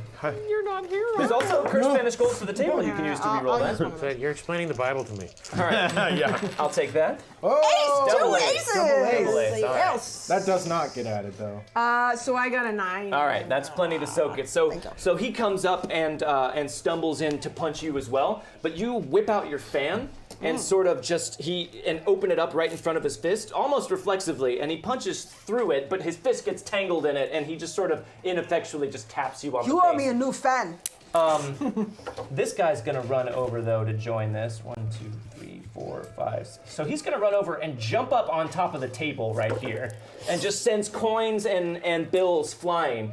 And he says, "I got her. I can get her from here." And he picks up a bottle, and he's just gonna try and whack you in the face with it. Now he's gonna get a -2 because he ran over and jumped up on the table. So he just rolls a 1. The bottle just comes whipping right over your head as you duck out of the way. You're too quick for that. This guy, 1, 2, 3, 4, 5. He's gonna run over as well, but he's gonna have to literally run to make it across the room. So that's gonna be his action. And he only rolled a 1, so he can only get to here. These two, meanwhile, they're seeing the ruckus and they want to go over and join it, but they see you, the only other person apart from the bartender who's cowering behind the bar, who remains in here. And they say, "Are you gonna help us out?" and I just kind of look at them and kind of tap my gun and just be like, "You might not want to get into this." "Mister, you might not want to be in Lawrence, Kansas." And they're gonna run. They're gonna run over to you. Right there. So ready for a fight. Well, there is some high tension in here today. Clearly, very high. So this one's gonna try and hit you. He gets no penalty because he just walked over. 5. What's your parry? 5. 5. Okay, so that's gonna be a hit. For 3 damage, which I don't think will clear your toughness. Nope. Just kind of punches at you, but you shoulder the blow, and he just kind of strikes off the edge of your arm. This one's gonna try and attack you, but gets a -2 for running, which is just a 3. That's not gonna be enough to do it. All right, so that's their turn. Rosaleen, you are up. Okay, I think I want to use a trick. Okay. But tell me, so I've got 3 You're around about to me be here. super surrounded. Can I pull a trick like that affects all 3 of them? How does No, that a work? trick is only against one, so it'd only one be target. against one. Basically, what I want to do is use my. I don't have acrobatics No, yet. you don't have acrobatics yet. Crap. This is baby Rosaleen. Oh, I know, it's so Back in hard the to figure before it out. time, in the long, long ago. Okay. Rosaleen. Rosaleen. Baby was. Okay. How? Okay. Oh God. Okay, I gotta rethink this. Shit. You have a Okay, knife there's- drawn. I know I have a knife drawn, but I have too many people around me. Yeah, you do. Okay. This is like the Muppet Babies spin-off of Wildcards. I'm James What Bogue. do I do now? I'm a gunslinger. I want to take a step back. Okay, you'll take 3 attacks. Yeah, I know, and that's what I'm trying to avoid. Even if I take 1 step back, I still get Yeah, confused. well, I mean, okay, so if you take a step back here, you're disengaging from all 3 of them. So, okay, let me tell you what I want to do. Okay, tell me what you want to do. So there's a table right in front of me, There's right? a table right in front of you. There's a guy on top I of it. would like, I may not have acrobatics yet, but I'm still fancy. with it. Sure, yeah, you're fancy. I want to try to, like, basically kick a leg up and flip the table towards them, and then I want to cast fear. You're gonna cast fear. Yeah, but I want to use the distraction of the table to hide my casting. All right, now there's a guy on the table. So that's going to be somewhat hard to flip because you're going to have to be flipping like his weight as well. I basically want to kick it. You could. Even if I don't end up flipping it, I want to use that kick. I'll say as you a- could probably kick a chair up into like in front of him. That would distract them plenty. could That's also going to work. be easier than kicking the table. I can over. do that. Okay. Give me a simple agility roll to kick that up. Okay. This guy. Ooh, ace! Oh, that's good. 9. 9. Okay, yeah. So these guys, there's one up on top of the table in front of you and two just menacing you from the side. And you can see this guy running in to try and get in behind you. So you just kind of look around and you hook your foot underneath a chair right next to you and kick it up into the air. And it goes just arcing and spinning up and they are all just taken aback by that. So you have caused a distraction. So you're going to cast this at a -2. Right. Are you spending points or are you making a deal? I think I'm going to make a deal. Okay. Because Moving I'm dangerously. real smart. Well, she's cocky All right. right now. Make a deal, Rosaleen. Okay. I haven't done this Shuffle your for cards. a while. All right, so what Oh, we Rosaleen pull is it, doing, for those of you who haven't seen in Yeah, quite actually- a while, and for our friend Levon, she is a huckster. So she is playing a mental game of cards with a Manitou or a dark spirit in order to steal its power to fuel her own abilities. Cool. However, if she fails, so how many power points does it take for you to cast here? 2, so I don't need a whole lot here. All right, so you were I looking just for need... a pair or better. All right, Pair or and you better. have 1 point of grit, so you're going to draw 6 cards and make the best hand you can. Okay, hold on. I dropped all my cards. This So, is how good I am. The chair sort of slows down in the air until it freezes, and you feel yourself retreating in your mind to that dark single table lit with one hanging lamp. And you feel the shadowy presence of the Manitou across the table from you as you draw your cards and lay them flat in front of you. Okay. Hopefully that's shuffled enough. This was an unshuffled deck.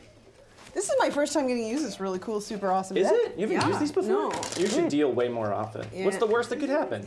I can like Bad Lose an things. intelligence die type? Quite bad things. like die seemingly. Be put into a coma? Didn't she once lose a charisma point? Not from this. That was wasn't a guts. that. That was a failed, guts, yeah. failed guts check. Okay, 6 cards. All right. Queen, Queen of clubs, Jack, Jack of diamonds, 7. 7 of hearts, Come on, give me a pair. King, King of spades, 7. 7, I got what I need. Ooh, and a queen. and I a got queen. That's 2 pair. There. 2 pair. Right, Oh, Manitou. and a last minute one it was. Bit dramatic of a draw there, but you got 4 power points. That's what you need, but the excess points are lost. Okay.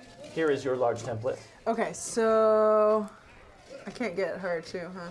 I only get them. No, you can get it. Can I?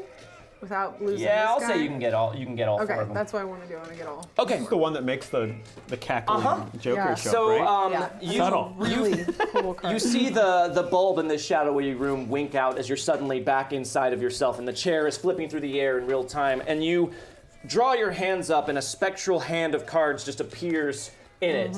And the central one is a joker, which flies up and turns around, and the joker on the card springs out to huge, horrifying life and starts cackling in front of these guys, just filling the space. You guys can't see this, but you can hear some sort of unearthly cackle, which you know full well what that means. Oh, he can hear it from here. Oh yeah, it's loud. It's scary. All right, so what do they have to do? That is a good question. Let me pull that up real quick. They need to. It's a guts check. Okay. Mortgage Beneath makes a guts check. He aced it, guys. Oh, we He double aced aced. it again. Oh my god, I never. made it- I can't ever pick I up made a it 13. No, big guy. I made it 13, but I did this wrong because you're supposed to make your spell casting roll. Oh, right, I haven't made it yet. So you have a free look at what you're trying to beat there because I got too excited and went out of turn. Hold on, I don't know what my spell casting is now. It's only a D8. Yeah, it's not as good back then. That's an I ace on your D6. I aced again! Double ace. Fuck yeah! 16. 16! Would you like to? Yeah! Would you like to keep that? You know I'm pretty good Yeah, at fuck you, acing. I want to keep it. Fuck Okay, all right. So they rolled a 13, you rolled a 16. That's not quite a raise, but it is a success. That's very scary. So they are all understandably and immediately horrified, and all they are going to be able to do is flee as far from this as they possibly can. I'm Everyone over small. there, they were more focused on James, and they didn't quite see what happened. When they turn around, it's vanished. James, you heard something terrifying, but you didn't quite see it. All right, hand in your card. There you go. James Bogue. They're cool, huh? Yeah. This is Remember when in our last flashback we met the like strange dead character in the ship? We were trying to get in that vault. This is kind of how I imagine that looking. Yeah. That's him. James? You got clowns to the left of you and jokers to the right. Here you are. It's stuck in the middle. I'll say I will not draw my gun. But they both threw punches at me, right? Yeah. Which I imagine you just sort of expertly moved out of the way of. I'll just say, now, gentlemen, that is no way to treat a sergeant in the CSA. Ooh. What are you trying to do here? I'm trying to convince them that. Let me continue on with that. Okay, yeah. Okay. You got 6 seconds total. That is no way to treat a sergeant in the Confederate Army. I believe we are trained to be gentlemen, are we not? Make a persuade roll. This is what I'm good at, guys. Yeah. You're super trained in persuade, right? Yeah. Oh, wait, no, you Really aren't. good at persuade. D4 minus 2. Ooh. Yeah. Actually, one of those Oh, you dice re-rolling was that? a -1. So Okay. Sounds worth re-rolling. No, I had a 3. you had, but I mean the wild die was a 1. So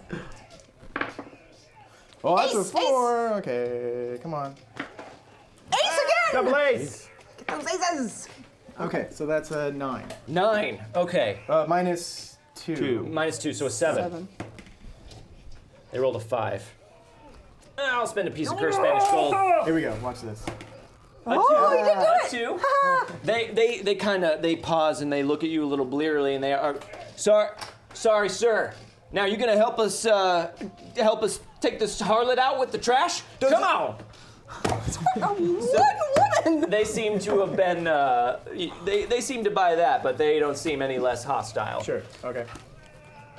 Hand in your card. All right, so you guys Told you I across the was good street, at that. you see people streaming out. You hear the unmistakable sound of bottles breaking and chairs going flying. You hear this weird, unearthly, muted cackling sound. A fight is happening in there. You know James is still in there, and you full well know Rose is in there and actively in trouble.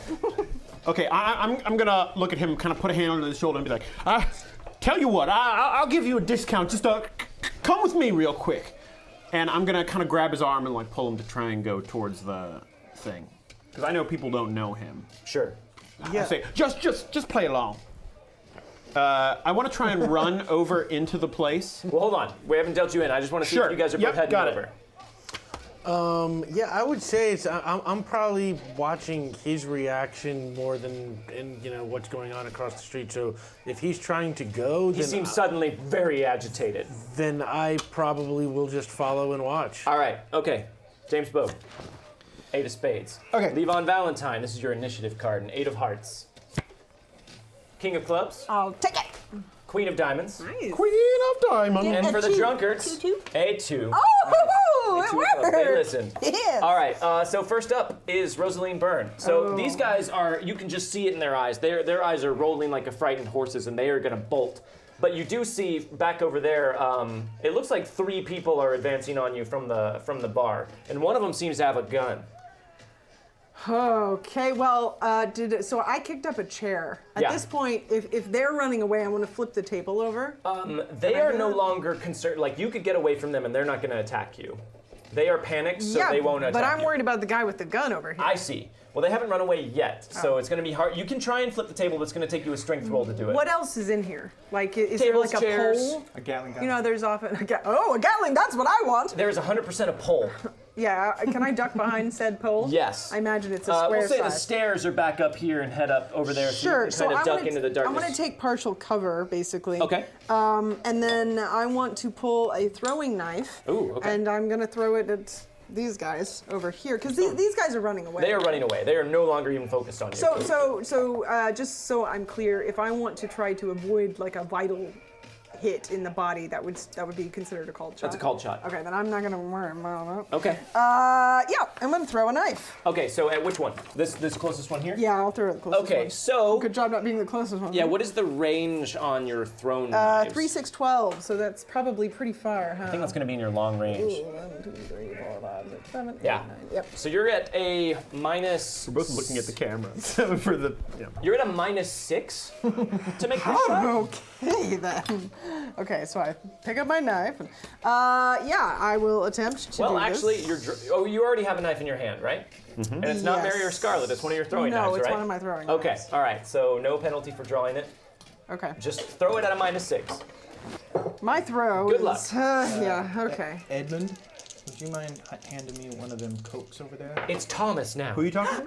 Oh, you aced. I got it too, though. Regular. So you rolled an 8 -6, which is a 2. Make it.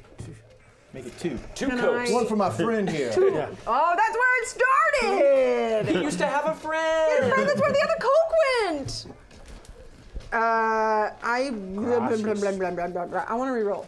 Okay. Re-roll, I use that. You're gonna use a piece of cursed Spanish gold. Yeah. Into my clutch as it goes. Come on, I need another ace though. I didn't get it. Shit. I think I'm just gonna have to miss. That's some fresh Coke. All right. It's unfortunate. So you throw a knife from the darkness underneath the stairs, and it goes sailing past that guy, narrowly misses James Bogue and the man behind him, and goes clattering onto the ground back there. Hand in your card. It was a warning knife. So I Totally. fired a Totally warning missed knife. on purpose. Yeah, I did. That was my intention. Gabriel Pryor. All right. I want to rush in, pulling him with me. Okay. And I want to burst into the place and go, Deputy, Deputy, there's the woman who passed me off those fake bills. And come in and try and make everyone think that I'm trying to make people think that he is a lawman and that we're going to get her. Okay. Oh man, everyone knows I'm the one who persuades people. Make a Good luck with this. make a persuade. So I'm gonna say it'll take you your entire round to get over there. Okay. And then say this thing. So we'll say you're gonna make this at a -2 because it was quite a ways from the general store to in here, more than just walking briskly. So make a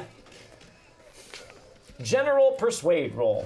All right. Not something you can ordinarily do in combat. Yeah, but you're not- It sounds interesting. Well, I actually can make persuade rolls in combat. You can, but against single targets. You're right. I have snake oil salesman, which lets me do that. But If it's any better, here, pick one of those two actually, because these guys are they seem freaked out. well, yeah, you're right. I'm gonna. I mean, I'm in general just trying to give people the impression that the law is here. Okay, well you don't need to make a roll for that. But specifically, to get her is my story. You know. Okay, so you want to try and use a test of will against her, but in general. No, I'm not trying to like shake her. Oh, I see. I'm trying to get them to think that the law is here to take her away. You don't need to make a roll for that. I don't? No. You can just come in and shout that. We'll see what Levon does. Okay. I come in, I'm like, there she is. She passed me off those fake bills. Hand in your card. Right. Next up is James Bogue. Spades goes before hearts. These guys are moving away from me. Yeah, they said. Sorry, oh, can I say one thing real quick? I do want to emphasize again, it would just be a huge favor, as we go over, it would be a huge favor to me if you just kind of roll with this for a little bit. All right. Yes. And I'm so I'm just sort of thinking this over while you. Because he looks like a scary guy, right? Yeah. He's yeah. kind of a scary-looking guy. He's got So- intense eyes. So I see these two walk through the door. You see Gabe burst through. Thomas burst through the door, and you don't really know if anyone else is coming or not. You can't really see. You're more focused on. These guys look like they're about to bolt. These guys are heading over to try and beat up that lady. Yeah.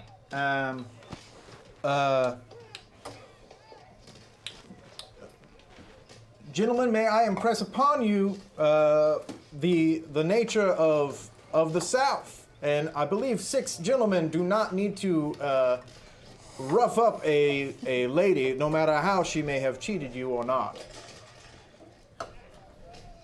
Hand in your card. He ain't been in Lawrence long. Levon. It doesn't seem to be working. They don't seem to be interested in listening. Okay. Would you like to move at all? They're not technically hostile to you, Right. but if you were to move now in a way that seemed like you were joining the fight against them, they would probably get an attack against you. Sure. I'll move away from them towards the door. Towards the door. Yeah. Okay. They'll let you do that. So just your 6 squares? Yeah. All right. Levon, your turn. So all that happened with this gentleman. Right. Okay. And I'm all the way back here. Yeah, so this is you. You're actually outside in the street deciding whether or not you want to hurry across here and join in with this or just continue to wait and see what happens. I'm a nice guy, though. No, People tend to like me. He was yelling that she was a counterfeiter, right? You know, that you that's what He you did yelled. basically yell that, yes. All right, well, okay. That means either she's a counterfeiter or you are. Or someone just mentioned counterfeiting and gave me the idea. He did say it would be a big help if you went along with this with me, so Right. you're not entirely sure what's going on at this point. Yeah, but I want to keep an eye on him, and I don't want him to get away from me, so I'd say that's totally fair. yeah, I'm probably going in with him. Okay, all right. So it's going to cost you your action to come in here, or at least one of your actions. You can make another action, but it would be at a -2. What you see is Bogue sort of like sidling towards the door as these two drunken and angry-looking people kind of head over this way. You see a cluster of men that are turned facing for the door and are about to just frantically scramble for it. You have no idea what's going on in here. You probably do not see the lady in the shadows underneath the stairs. Well, I probably look to Bogue for my cues, you know, Bogue, what's going on? Seems these fine, upstanding gentlemen believe that there is a problem with the young lady in the corner. And time. What are you going to do, Levi? Okay, you know, we've been tracking these counterfeiters. This is important to us. This sort of commotion. I know that there's something going on with either him or her, so I probably want to end this fast. So I'm probably gonna pull my gun, which I rarely do, and try and do like shoot up into the air a couple of times and see if I can get these guys to stop. Okay. Throw my most intimidating guy look. So, Is there a police car? yeah, don't Yeah, worry about yes, that. Okay. Okay. They have those in Lawrence. And Lawrence has police cars. It's very specific to It's them. actually just someone who stands outside and goes, "Wow, wow, wow." That's just the village idiot. He's going, wow! All right, so make a shooting roll for me. Ordinarily, you wouldn't need to roll to shoot the ceiling, but because you have all thumbs, I just want to see if your gun falls apart. Is it a cheapo? Okay, so my It's not, shooting but he's is not good with mechanical. 4. He's like Auto El and then Cheapo. also. A 2 and a 2. Okay. Ooh, that was close. That is enough to shoot the ceiling. Okay. So you pull out your gun and fire it a couple times into the air. Hand in your card. Let's see what happens. What is it? If he gets around one on his shooting roll? Does he shoot somebody upstairs? Yeah, if he gets a roll on a 1 on any roll involving a mechanical device, damn. it falls apart. Is that wild die or just shooting roll? Shooting roll. Or just the roll Yeah, itself? not- Right, Not got it. too good with the gun. Yeah, so their turn. These guys are just gonna book it. Good enough. They are gonna run as Yeah, far that's and right. fast as they can. You They roll a aced 6. in our favor, but he did 4, ace. He 5, aced. 6. Okay, that's a 12. So that's a all really of these good guys just Maybe come let's count. running out the door, and they are not paying attention to either of you. They're just bursting right past you. Like some of them are screaming, and one of them is just going, "It kept laughing! It kept laughing!" And they just leave. They run out into the street, and you see them scream and run out of sight. These two kind of pause when you fire that gun in the air, and then they look at each other and they look back at you.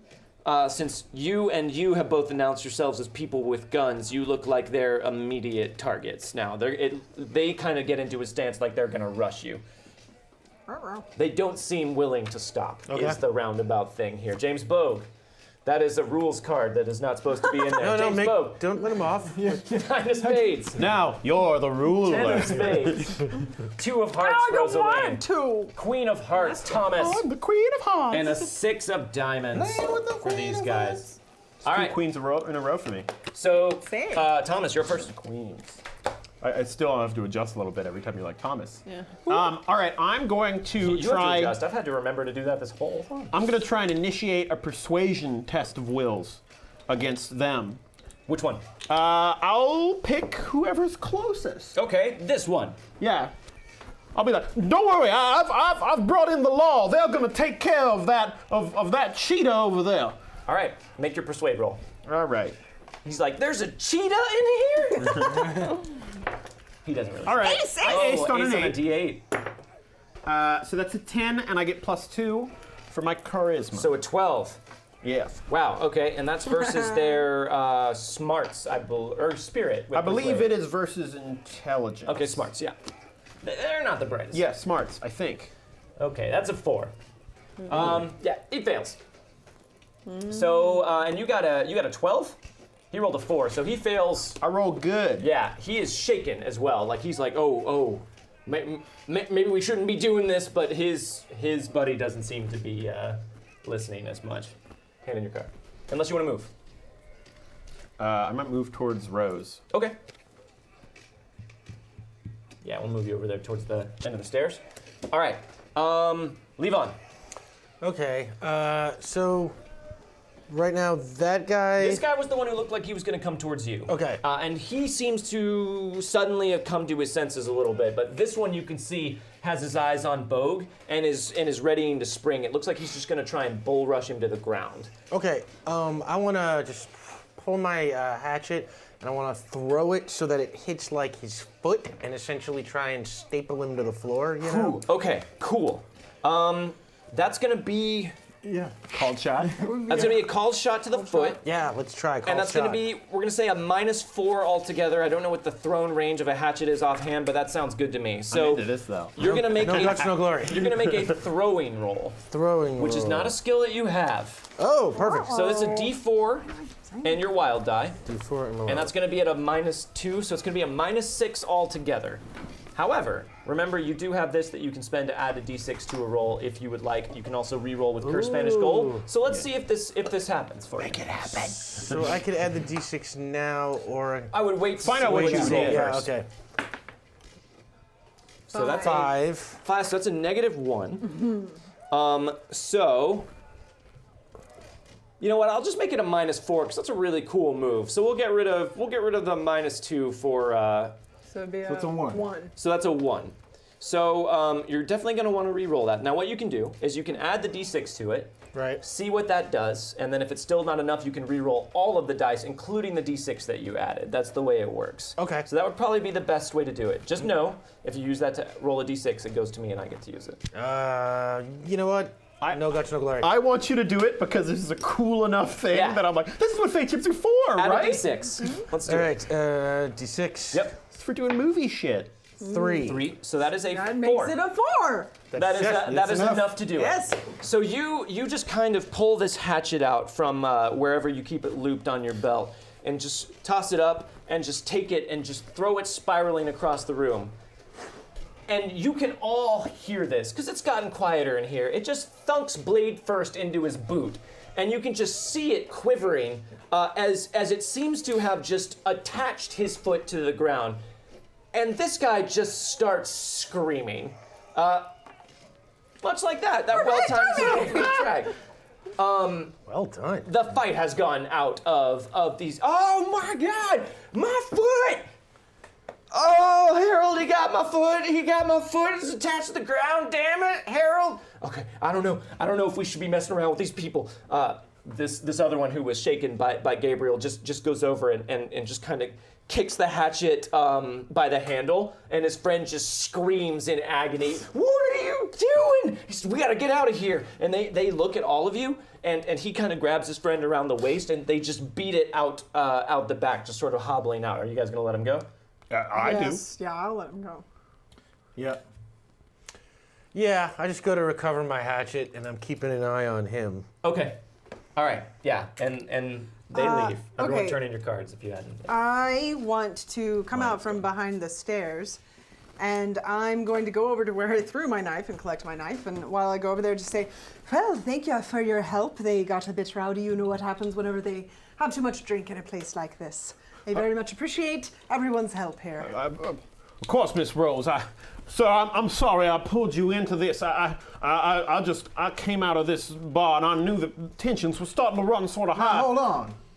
She cheated you.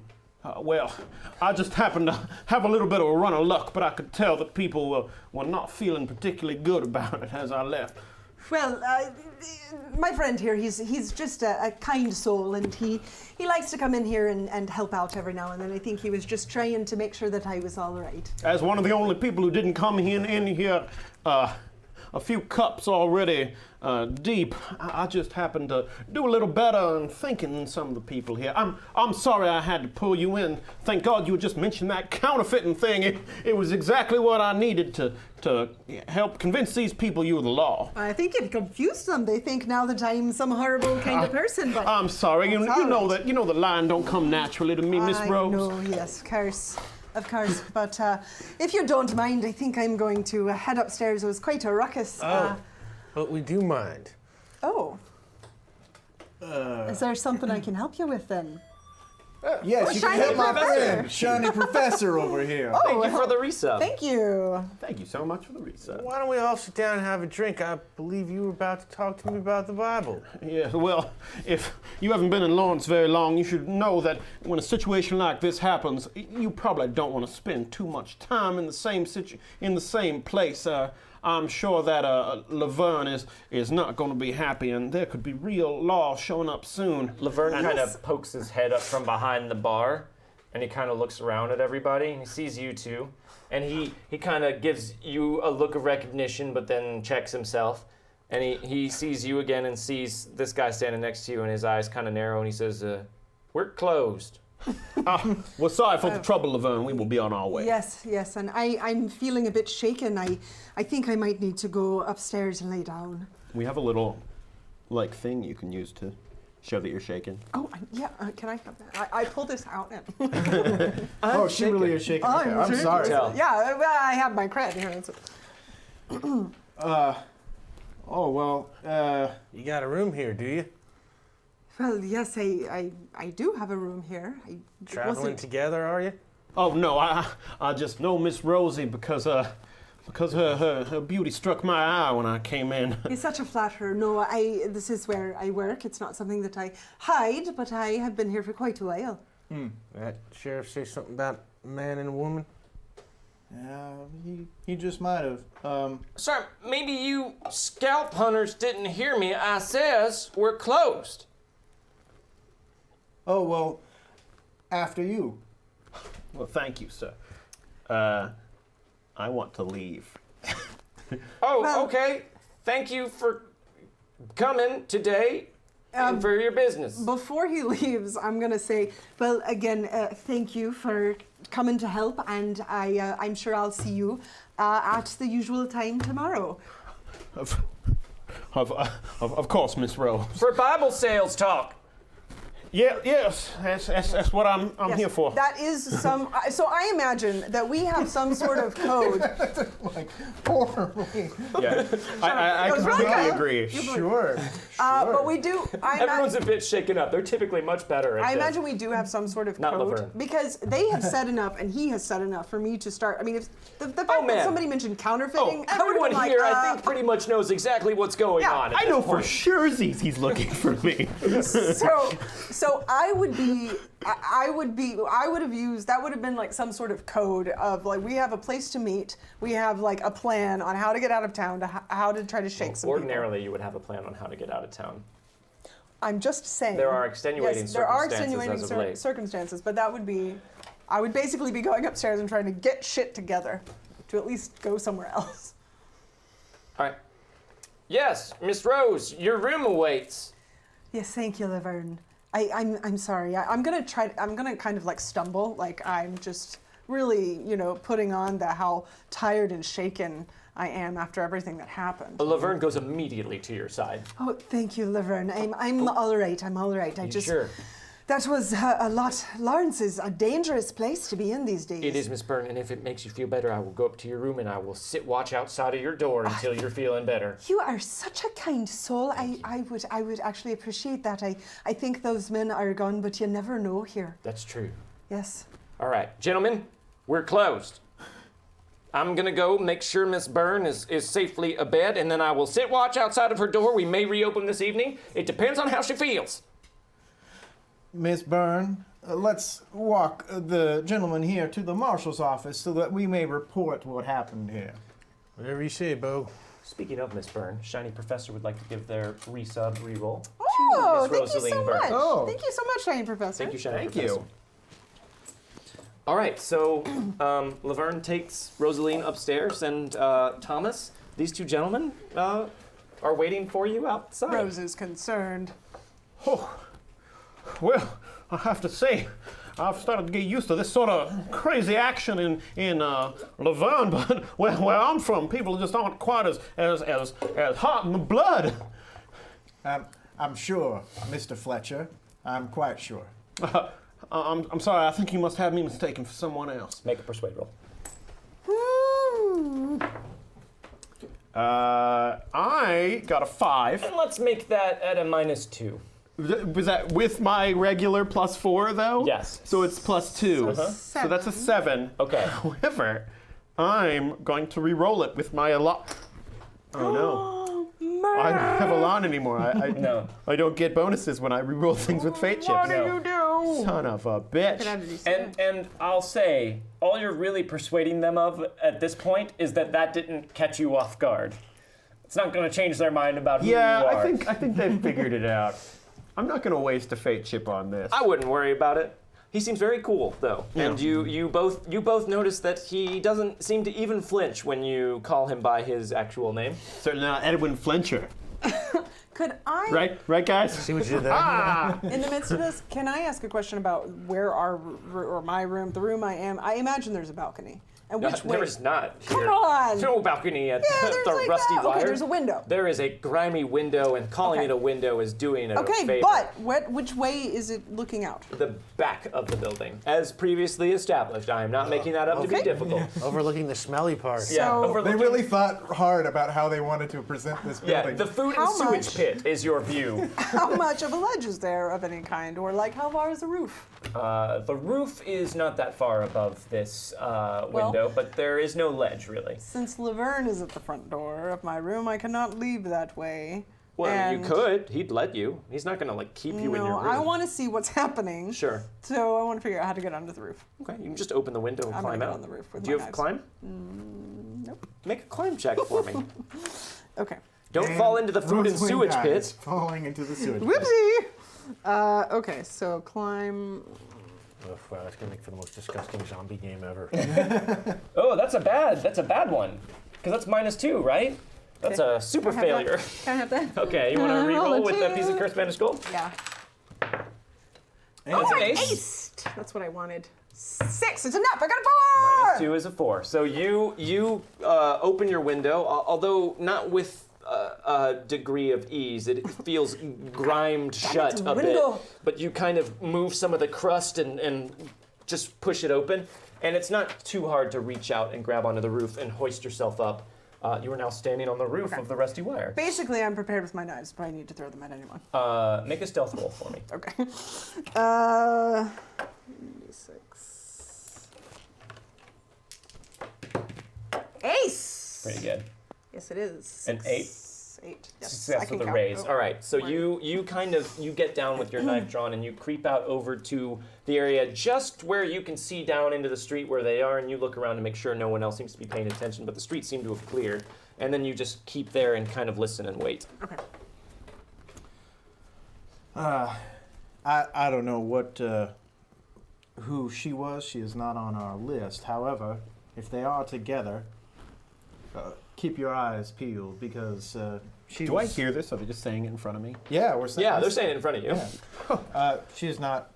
I don't think she's one to necessarily be trifled with. I grab his arm. You know, James, why don't you watch our friend here? I think I left my ladder inside.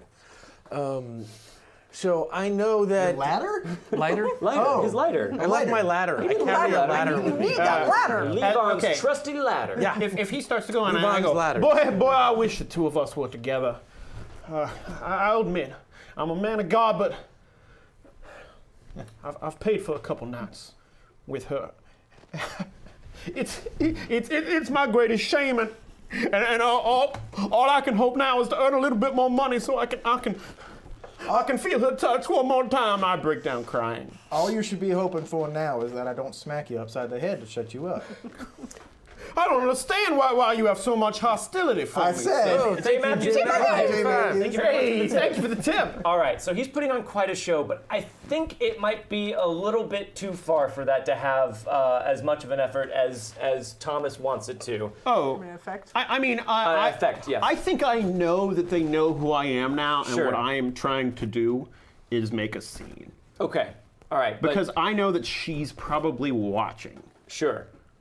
So you're going back inside to get your lighter? I'm going back inside to get my lighter because I know that the bartender went up to guard the door to her room, right? Yes. Okay.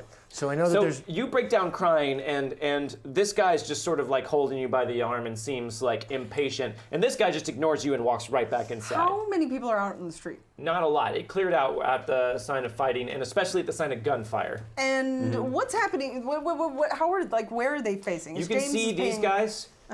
Gabriel probably has his back to the rusty wire. James is looking at him. This guy just walked out of sight. Right, so he's out of sight, but he's facing the rusty wire? Yes. Shit. But hold on, I want to see what Levon does here. So first I walk in. What is there on the first floor of this place? Is everything within sight? Are there Now a any, huge mess. Yeah, everything seems to be in sight. Tables and chairs everywhere. There's no like back rooms. The bar. or There anything? is a back room. There is a back room. Which would be like where behind the bar, the bartender can disappear to get things. Probably a supply room or where they go to dump the sewage and food. Or All both. right. And then there's The fluid. stairs going up to the rooms, right? Yes. Okay. And you see Laverne sitting up at a chair on that second level, and he looks down when you walk in. I said we're closed. Yeah, I had some questions about that, and I walk up the stairs very quickly at him, and I sort of have this kind of behind my back at a place where he can't exactly see it, even if he can get the notion I'm hiding something behind my back. And I sort of just come at him like very quickly. Are you trying to intimidate him? Yes. Okay, I'm gonna give you a +2 for the manner that you just described. So make an intimidation roll. Sure. And then add a +2 to it. That is. I believe you have a D4 in intimidation. D4. Okay. What happened to my D4? Oh. 4 6. and a 3. So the 4 + 2 is gonna be a 6. 6. So you happy with that? Yeah, that gets a job done. Okay. He rolls a 3. We're closed. I hope we actually have a plan. Right. You're welcome to go wait outside now. I just remembered I need to get some flour God damn it, Laverne! at the grocery store, so I'll go get some flour now. Now seems like a good time. Yep, I'll go do that. Thanks very much for helping me remember that. I'll just be on my way outside. You help yourself to any drinks from the bar. Good day to you, sir. Good day. And then I take the hatchet, and then using sort of the backside, I crack open the lock of the door Okay. and let myself into the room. Easily goes off. The room is empty. Would I have heard that? You're Okay. on the roof and you're paying attention to what's going on down there. And Gabe is now throwing. So you were saying something as Levon left to go out there. I was going to say that I have yelled, "God, why have you forsaken me?" Which is a phrase that means "get the fuck out." Okay. Whew. Okay, so you yelled that. Is that fair to say That's that we've totally got fair. like I think- trigger Yeah. phrases? I think at this Totally. point you guys have been together been long running- enough. That, okay, so you've got Seems that. like something we'd established very quickly. Rosaleen, make a notice roll at a -2. Unray for your life afraid. That's it, that's That it. strange language you were just speaking. Is that Kansassian? It's Latin. I know a little bit from the Roman Catholics. Double ace. Woohoo! 17 -2 is a 15. Just a little over 50. So you hear him say that, and even though you're focused in on that 100%, you hear the sound of splintering wood and metal, and you realize that someone has just broken down the door into the room beneath you. Okay. How focused is James on Thomas? Very. Although he seems, just Okay. I'm assuming pretty put Here's- upon by the display. Here's what I want to try to do. I want to Okay. try to get wherever I need to on this building out of his line of sight and climb down it because I want to try and get behind him. I think that's There's got to be over on if I get go behind James. if I go over to the side of the building out of his line of sight, I can get down. Getting behind him is the hard part. Yeah. So describe to me how you want to do the hard part. The easy part. I'm with I you on the don't easy know part. what the area looks like. It's an open street. Is there a barrel? I could get in and roll. that barrel just over. Move like a couple inches at a time, set it down, a couple It's inches. very Western. I'm gonna just flat out. Her eye is like coming through like the hole in Yeah, the side. I'm gonna flat out rule that, that's not gonna be That's possible. fine. Can I get to the side of the building? Yeah, you can climb down to the side of the building. And then I'm going to try and throw a knife at him, basically. Giving, hopefully, Thomas enough time to get away from him. Okay, so make a climb roll for me. Okay, I was really good at that before. Aced, which is what I On a needed. 4? Okay, so I got a 4. Okay, Again. a 4, which is Yes. enough to start climbing down. Levon, what are you doing? What do I see in the room? You see a very rough-looking bed with a surprisingly nice-looking set of sheets and blankets on it. A little bit of accoutrement, like indicating people have been living here for a little while, and an open window. There's nothing else in the room. There's no There's signs of counterfeiting, that kind of thing. No signs of counterfeiting. Signs of people living here. There's a trunk with like ladies' clothes kind of strewn about it, but no signs of any sort of counterfeiting. I got more than one game. All right, so Lingerie salesman. There is, however, a box of Bibles in the room. Oh, damn. I look at the Bibles and go, Jesus Christ. And then I look out the window. that. Look out the window, and I assume, I know she came up here. I see the window is open now. There's nobody in the room. She must have gone out the window. So I look out. Do I see where she is? Is she below me in the street? You do not see because she's climbing down the side of the building, but you can very distinctly hear someone climbing down the side of a building in a dress, which is no easy thing real to do. quiet. Point of order. He said Jesus Christ, so he gets -2 on faith rolls now. That is correct, but he is not a blessed, so it doesn't matter. So you can hear someone climbing down the side of the building. We'll say that side of the building. So here are the stairs, and she's climbing down on that side. So, you know what? I put my gun over the side, pointed down. Oh, you're gonna try and climb up on the roof? Oh, can I not do this from the window?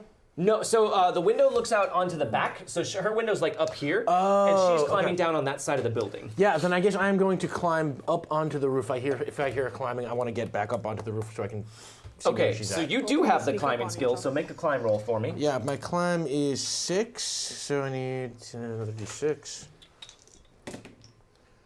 It's a 5. 5. Okay.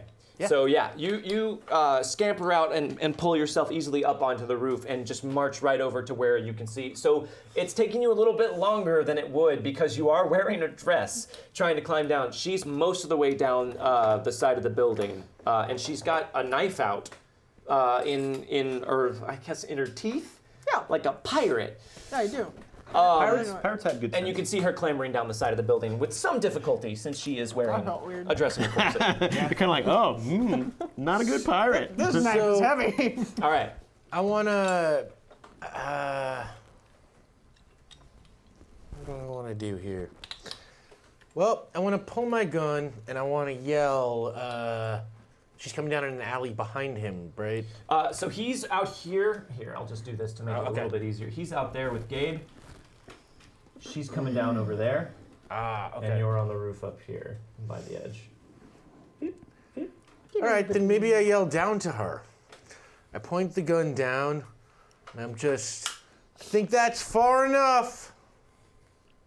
You look up. You're probably about 5 feet from the ground at this Oh, point. so I'm you were not just at the getting bottom? you were just getting ready to consider jumping the rest of the way down, and you look up and you see this rough customer pointed a gun right down at you. They say the last 5 feet are the scariest. They do say that. Well, I have a knife in my mouth, so I can't say anything. So I hear this happen. Oh yeah, you hear that. You both hear this happening. Okay. And at the sound of it, you probably I'd hearing Levon. probably draw my gun. Well, yeah, and you look up on the roof as well, and you can see him up there pointing a gun down into the alley. You can also see and hear all of that. Okay, when I see that she is like sort of climbing down and he's got a gun on her, I go, all right, look, I'm your man. You got me, but leave her alone. She has nothing to do with this. There's a knife in your mouth. I know. Do I see? I No. will go with you quietly, wherever it is you want me to go, but leave her out of it. Is there a lip to this roof at all? No. Okay. Tain't that kind of roof. The fancy lip. When he Does says it have like that, a window to look down in? It's grimy. Like could be on a train? Like, Like what a, would you call it? I don't know. We'll think about it. Okay, pergola. so the way I've been thinking of this, and Yes. maybe you haven't, but is that I was on the corner basically. So I'm on the side, but I was close to the front. I was thinking on the side, so that you would have time to sneak down the alleyway to get over there without being observed to throw a knife. That's not how I was thinking of it, but if that's how you were thinking of Are it. you cool with that? Well, let me tell you what it is I'm wanting to do. Let me know. Because I'm hearing him do this. Yes. And so I'm going to pull loyal. Can I just say, this is the most, complex, 30-second interaction that I have Of course played it out is. in quite a It while. would have to be. I just grabbed him. That's all I did. This is super tactical. I'm very interested in what's happening So here. They've worked this out. the way I'm thinking of it, No, I this was did not go as planned. thinking of being near the front corner. Okay, so And you're what near I the front want, corner. what I want to do is basically take the risk of dropping down. It's only 5 feet. That's not that Right, far. because You know what they say about the last 5 feet, though. Scariest. and what I want to do is basically get up as fast as I can if I fall and get up against the building, and I want to around the corner throw a knife at James. Okay, so this is all despite the fact that he's been giving you several signals to indicate. Yes, I'm trying to get it to where he can get away. If it seems like she is still moving, I'm You going. can't tell at this point. But I mean, can I still see them? I You want can to see me. You like can see yell. him. You can't see her. I want to yell basically like, Rose, just back down, all right? I'll be okay. And he's pointing a gun at you. Do I see I her know, about to throw this I'm knife trying at to James? I'm gonna ask her Okay. if she's about to throw a knife now. So he's Basically- telling you no, and he's got you dead I'm to trying rights. to be faster than his gun. We know that you have to survive so that we can play Wildcards. There's an but- expression. I'm trying to remember what it is. It's She something could about have knives a- and gunfights. She can have an identical twin sister who takes over and steals Yeah. her name after I kill her right now. Have you been reading the wiki? So your plan here is to try and throw a knife faster than he can shoot you. No, I'm trying to jump, drop down, Right. and that movement and get up against the building faster than he could shoot. Can I don't expect to be able to persuasion do test it. of wills to shake her? Ordinarily, no. But okay, there's no lip here. There's no know there's pushing no up against lip. the side of the building so we can't see you. It's a straight. It's like I here's know, the edge, and he's but looking still, right down. If you're, Rose, if you're trust me, pointing I'll be straight- okay. It's not gonna be enough. I'm telling you. You're gonna die. You would recognize in this situation, despite your loyalty hindrance, which you are playing masterfully, that My there's minor loyalty. that there is no version of this where one of you doesn't get shot to death if you throw a knife out. Even as hot-headed and as arrogant as Rosaleen can be. Especially with Thomas, the super overconfident man that you have come to know, who is telling you, don't do this. You know what I love? As your Marshal, highly recommend that you listen to him. You know what I Because really I love? think this guy's gonna pull the trigger. You know what I really love about both of us having the loyalty hindrance to each other? It spirals out of control. Every time one of us pulls it, the other is like, no, you. No, but you are gonna do it. Yeah, that's true. Okay, all right, fine. It's great. Fine, but This is an instance in which Rosaleen would recognize rare occasions that she she's has younger. been outmaneuvered. She's younger. Okay, fine.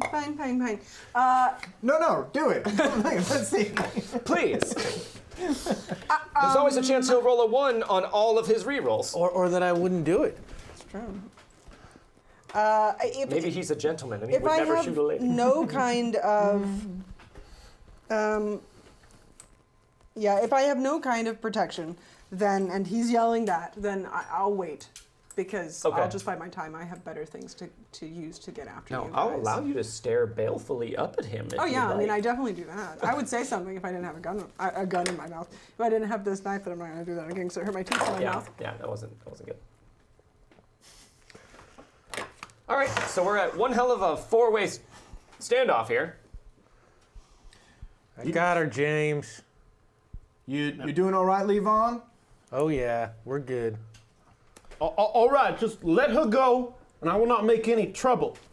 Mr. Fletcher, I recommend you do not make any sound from here forth. Miss Byrne, why don't you come on out? Do they know her last name? He heard it said several times Yeah, somebody by said it. Laverne and All right. You take the gun off? Well, Maybe When- keep when- it trained on. So when you say that, I'll look up at you and go,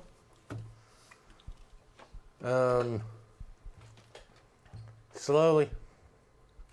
so I will slowly climb down, and I will, at the bottom, stop, look up again.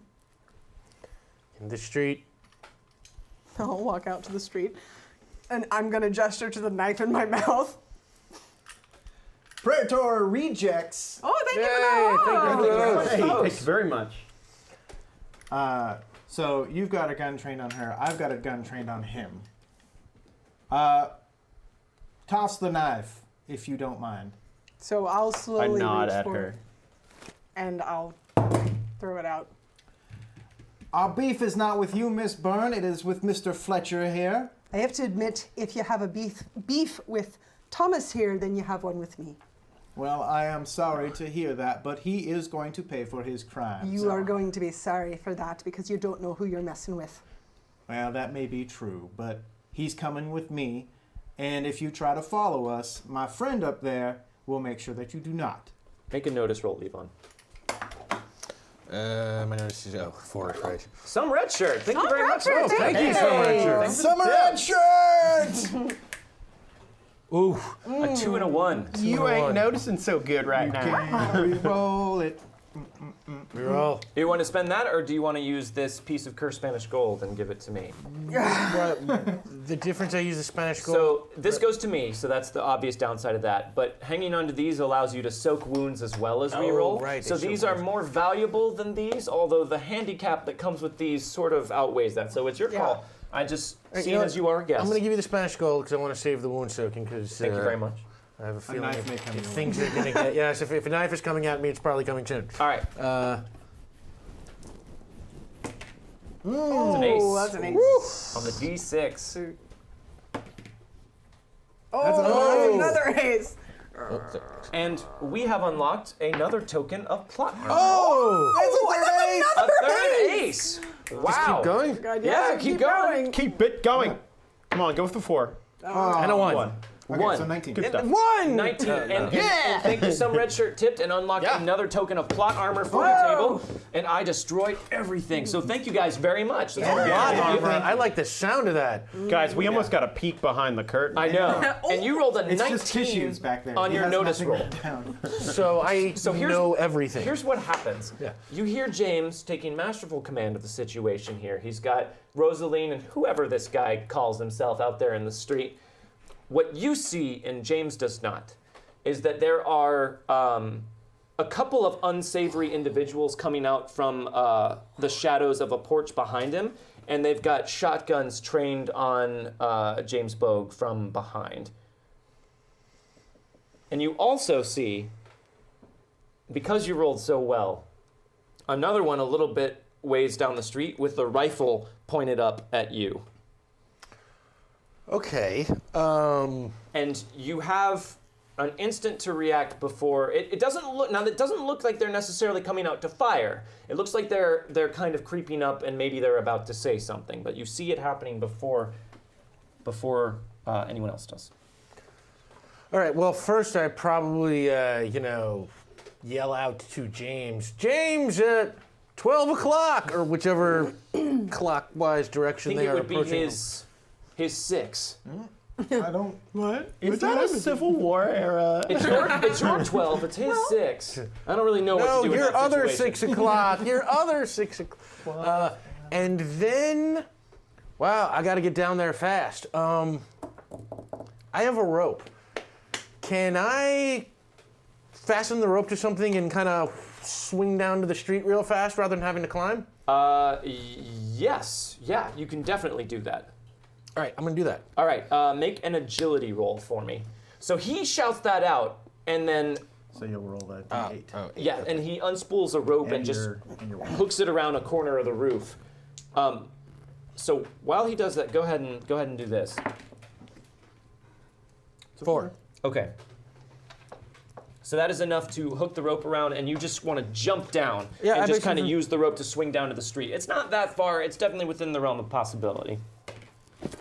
Ooh, I'm going to use a piece of cursed Spanish gold to reroll that. Wow. It was a 1. No, Ew. it's a 7. 7. Better. This 2 is a 5. All right.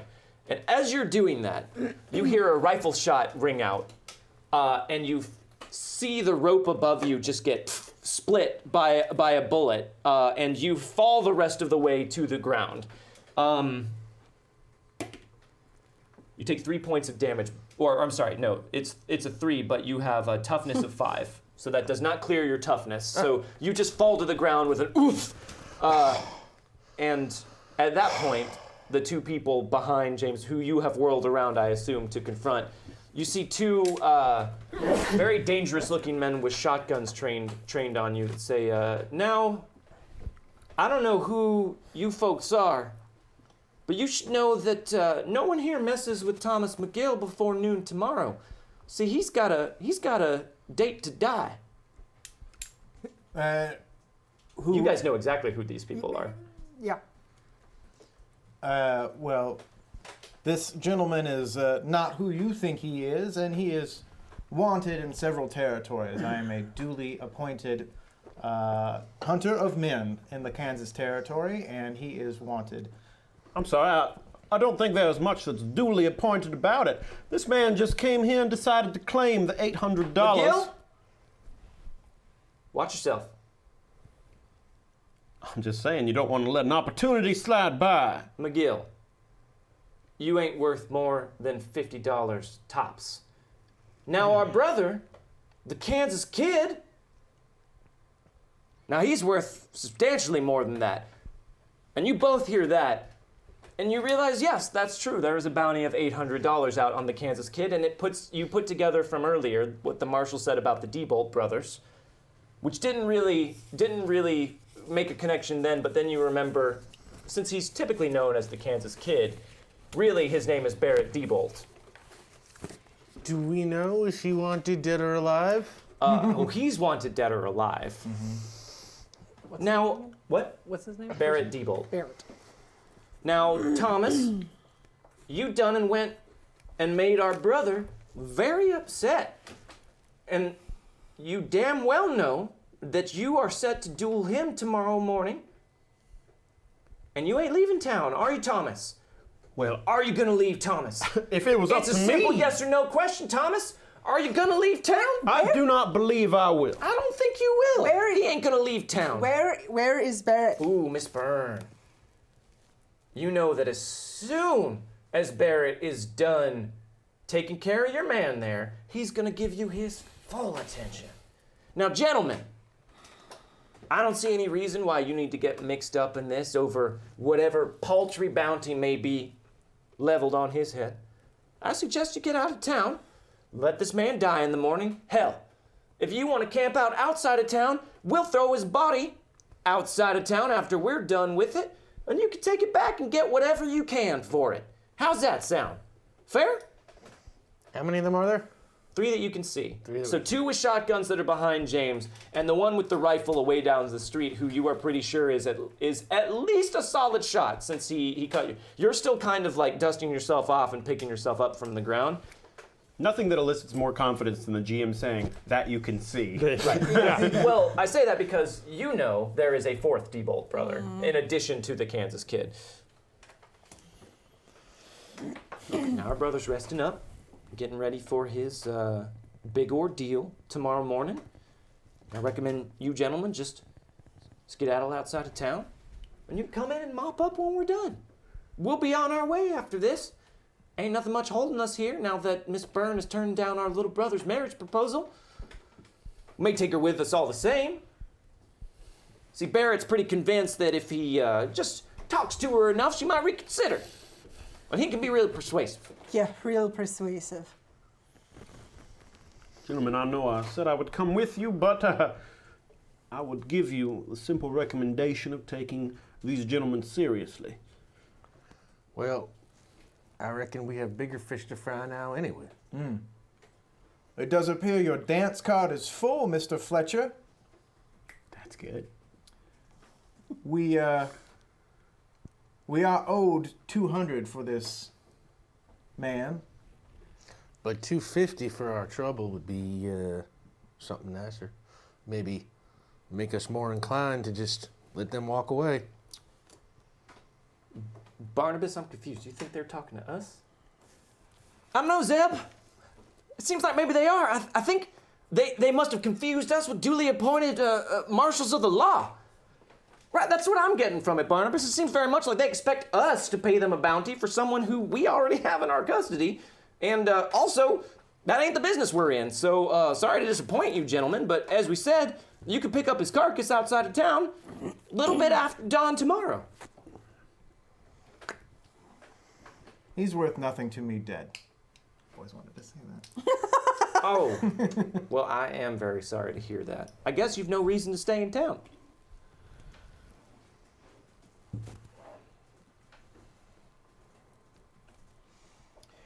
I kind of quietly say, "Worth nothing to you dead." Well, you're worth nothing to me if I'm dead. Gentlemen, it appears our hands are tied. Have a good day, Mr. Fletcher, Good luck to you. Miss Byrne. And just Okay. Where are you guys going? Back into the empty saloon. yeah. Okay. It's closed. No, he's not there. He's buying flour. Oh right. It is fully empty. That's right. So we will help ourselves to a couple of. You were invited Whiskey's, to do so. yeah. Did tell you to do that. Yeah. And I take my 25 cents back. You go into the till and just grab it. But you keep the 25 cents that you Yeah. were legally going to pay him? Yeah. You're such a good guy. So they watch these two disappear back into the saloon and they say, now you two might want to rest up and don't go getting any funny ideas about running off now. You know, we're watching. Wouldn't dream of it. See you tomorrow morning. Bright and early. And they put the shotguns on their back and they turn and kind of disappear down between the buildings. I think somehow our situation has just gotten worse. Better? I don't know. I feel it's sort of remained in a neutral situation. Perhaps we can play these people against each other to some extent. That would be, I think, very ideal if you have any ideas on how to go about that. Both of you make a smarts roll for me. I got a 4. All right. That's mine. I also got a 4. You both smart. recognize. We both are like pretty regular smart. Yeah, pretty good smart. You know that the bounty on Edmund's head is $200 for counterfeiting, but you know that the Kansas Kid carries a bounty 4 times that for all manner of unsavory acts committed all over Kansas You and think the surrounding territories. if we can somehow help them get to the Kansas Kid, that maybe they'll let us go? It's worth a shot. If there's one thing we know is consistent about people, it's that they will go for the ripest fruit if it is put in front of them. Yes, and we might, we know where he's going to be tomorrow. That's pretty helpful. Maybe we have a little bit of bait that they can use. It's the best option we've got right now. Yeah. All right. So So- just to fill everyone else in on information they know, the trains are not running right now outside of Lawrence because all of the tension between the rail lines has ground everything to a stalemate, and they are preventing trains from running through the town. So there's no way to leave by train. The Diebolt brothers are watching everyone who leaves town and making sure that among them, Edmund Fletcher is not.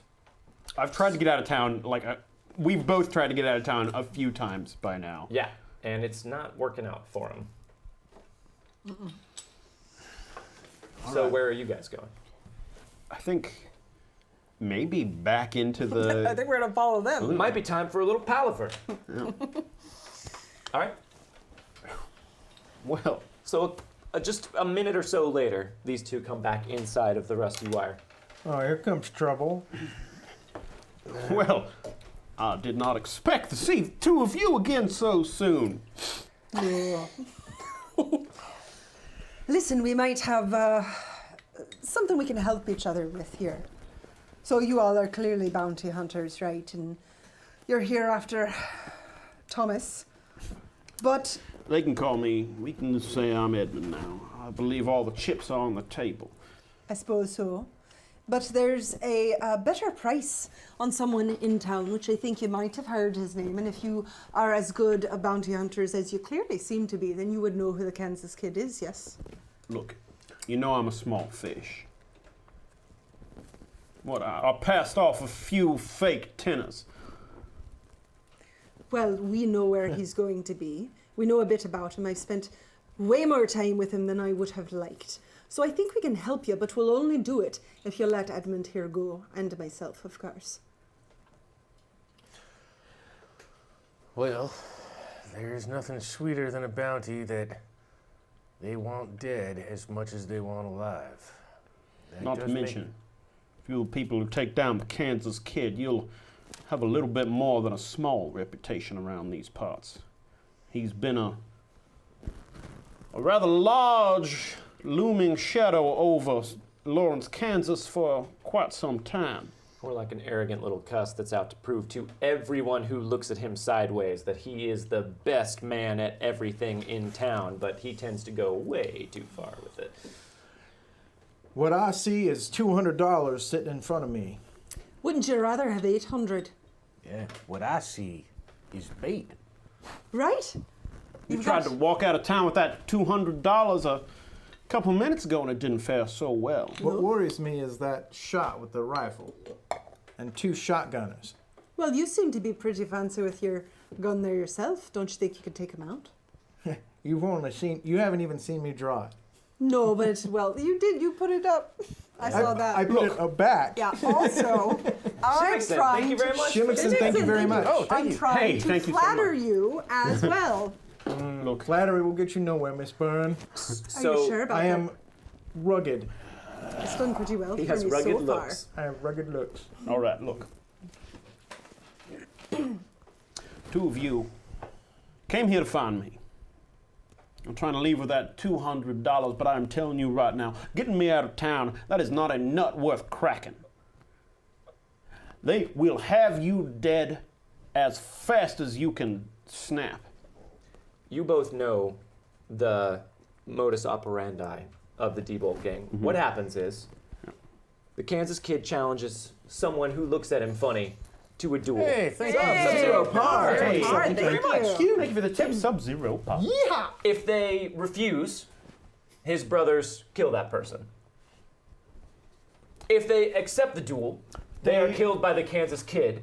Should they gun down the Kansas Kid, his brothers are waiting to take them down. Look, there's no situation where I walk out of this alive unless the two of you intervene somehow. Now, these men do not play fair.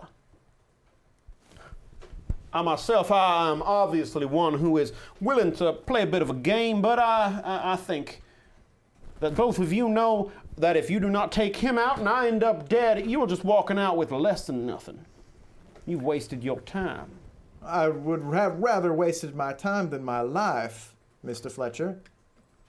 Frankly, James, I'm a man who favors permanent solutions.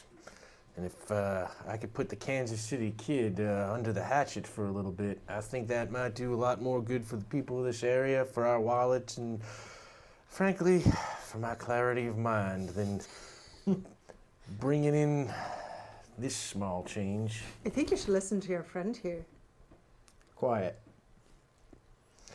Kansas right. City Kid is a bad hombre, James. You don't get very... sorry, tongue twist. Yeah. You don't come across the chance to kill somebody sanctioned by society very often. All right, all right. Look, your friend speaks sense. Not to mention Kansas and his, what's his name? His Barrett D-Bolt. Barrett and his boys have no reason to believe we would be working together. I'm getting a little tired of trying to be talked down to by you both. Now, you want us to be part of your little plan that helps you get out of this situation, but you realize that we will still take you in for a bounty. I'm willing to take my chances with those odds. They are a little better than the current ones, wherein I am either dead or also dead, but publicly. So you want us to help you get out of this situation with the Kansas Kid and then take you into custody. Well, I'm willing to negotiate after the first problem is dealt with. Yes, I think we have one bigger problem to get past first, and then we can discuss terms after that. I'm just saying, if we don't deal with step A, step B is not very All right. worth discussing. Mr. Fletcher, what is your idea here? How do you suggest us taking down the Kansas Kid?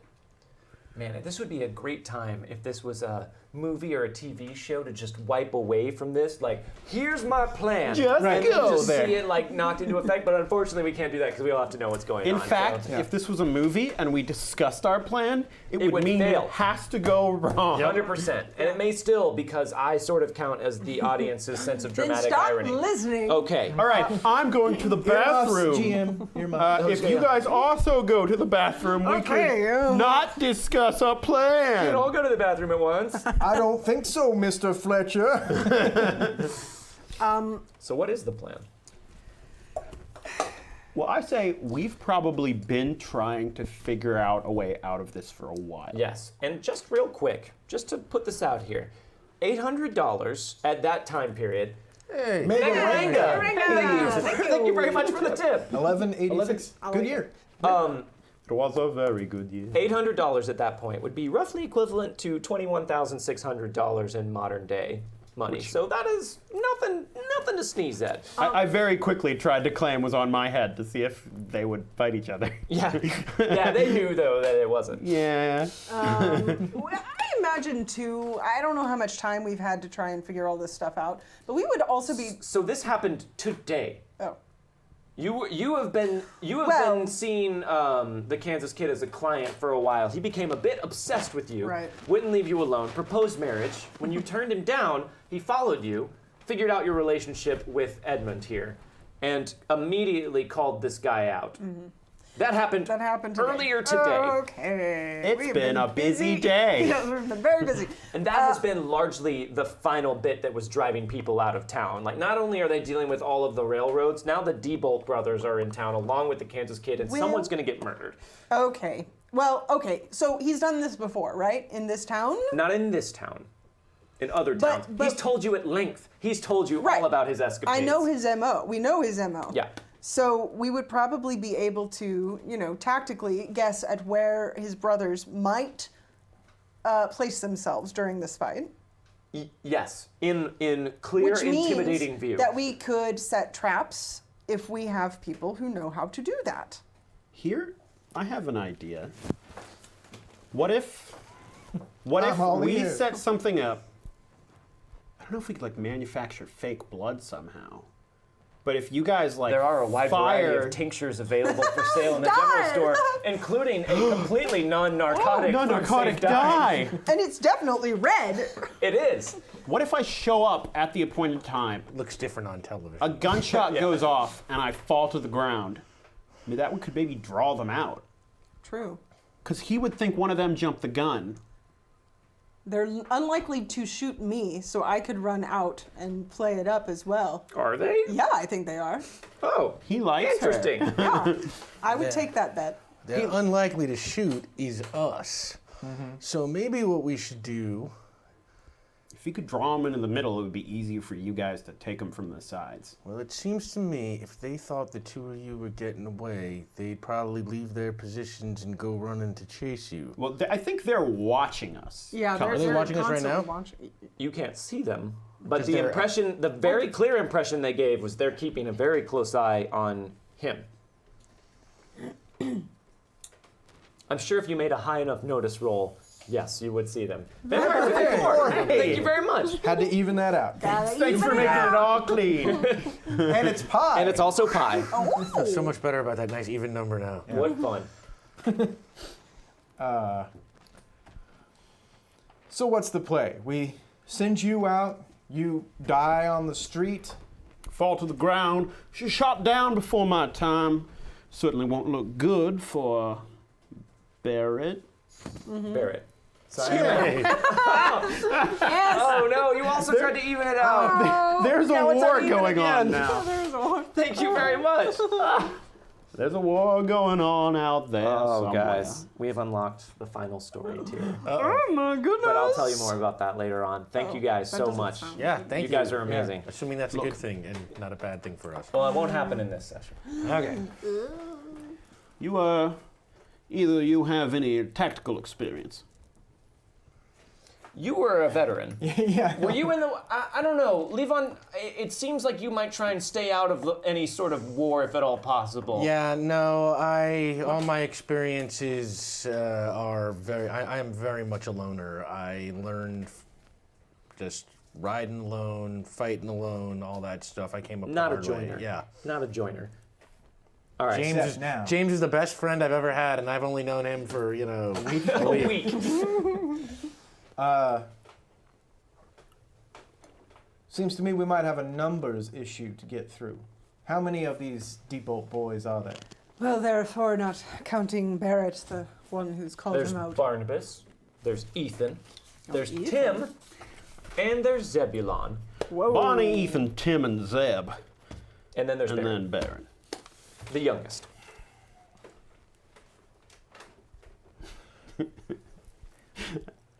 All right. I was just like, by the way, my mother's name is Martha. And then we do a... Martha. Why did you say that name? My mother's name is also Zebulon. What? Around about this time, Laverne comes back into the Rusty Wire with a sack all of turn- flour under his arm. We're closed. Oh, I forgot. Plum forgot eggs. It's all right. He's gone. All right. What we need to do is, if this plan is to work, still not 100% on why we should be doing this, but that 800 bounty would be good. For money. That's why it's for the money. Yeah. And for justice. It's also Get to- for Oh, yes. justice. For justice. Carve Justice. Get to carve up that Kansas City kid fella. Just- That sounds like justice to me. Think how much easier it'll be. It's stuff like that he says that just makes you Yeah. kind of uneasy about him sometimes. Think about how much easier it'll be, and you've made $1,000 between the two of them. We may have a numbers problem, but they won't know you're coming. No. Expectation is just as It's important. very clear that most of the town has left and does not want to do with us at all. You know what I'm saying? That's a little bit of Irish homespun talk Yeah. there. Anyway, what I'm saying My is... grandpappy used to talk like that. I also think it's fair to believe that these men might have somewhat underestimated the formidability of Miss Byrne over here. She is certainly one who can hold her own in a tussle. Will that come in handy when the time comes? Here's what I'm thinking.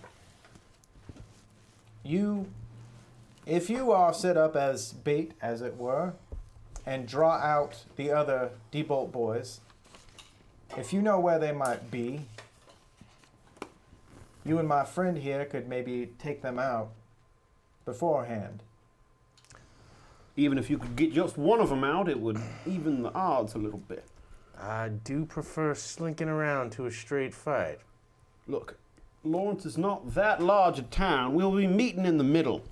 We're meeting like right Oh in yeah, the center right of in town. the middle of the Everyone's street. got to see it. And- At dawn. There are only so many places they can be set up. And the 4 of them are just staying on him. They don't follow me around. And they will not be hiding. This is not some sort of they're not going to snipe him.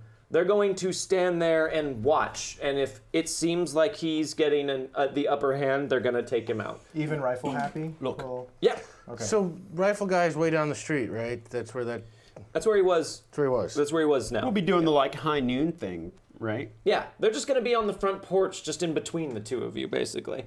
If what he has told you before about the way they operate is correct. So I say we take Laverne here, dress him up in your clothes, and send him out the back door. When they all go around chasing him, we come up behind them and take them out one by one. I find that to be a highly entertaining idea, Hilarious. but I do not believe Laverne here has the deceptive bone in his body that might be necessary for that. I'm making a cake. Got flour, got eggs. I keep coming back at the most inopportune times. Should probably go get some milk. Darn it. I'm not much of a cake baker. It's a good thing that 24-hour general store is not. It is heading on to evening now. They're going to be there. I have to be there. If one of you fires off a shot, I fall to the ground before it was supposed to happen. Chances are they'll rush out.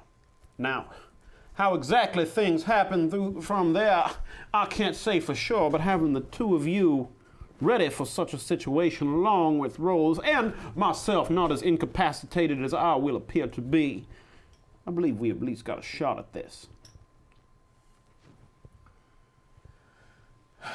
May me and my friend here confer in private? Of course. Of course. Tell you what, I'll head out to my lodgings. Where are your lodgings, by the way? Upstairs. Well, I'll head up to my lodgings. Don't go climbing out any windows. Sorry about the door lock. It didn't matter Doesn't- much here anyway. They would have made it in if they wanted to. Now, before they get to conferring privately, spoiler alert, everyone, we may go a tiny bit long. Yeah. Okay. Hey. Sorry. Fast. Flash forward. Everyone just talks so good. You talk sometimes. Sometimes. Good Sergio Leone movie could be 3 hours long. Hey, I had an idea. Uh-oh. Can I? About something else entirely. Can I? Okay, I've got an idea. I'm gonna just try and run with without telling you for somewhat cinematic purposes. Cool, I love it. So yeah, okay, we'll see if we can make that work. Never mind. Now, Levon, I don't trust him as far as I could throw him. That seems wise. I'm sure as soon as he has an upper hand, he's going to be bolting. That does seem likely. What would you give our chances here in making it out of Lawrence alive with these D-bolt boys? I gotta pee real quick. Sure. Our chances? Better than average. Their chances? Not as good as that. That's what I was thinking too. No, I reckon we get close to these boys, kill as many as we can, and if it comes to it, we snatch one of them. They're all brothers, right? We got something they want. Maybe that's a way to get ourselves close to this Barrett. Ways I understand it, they have that Barrett has a certain shine on the Byrne woman. Well, that can certainly be used.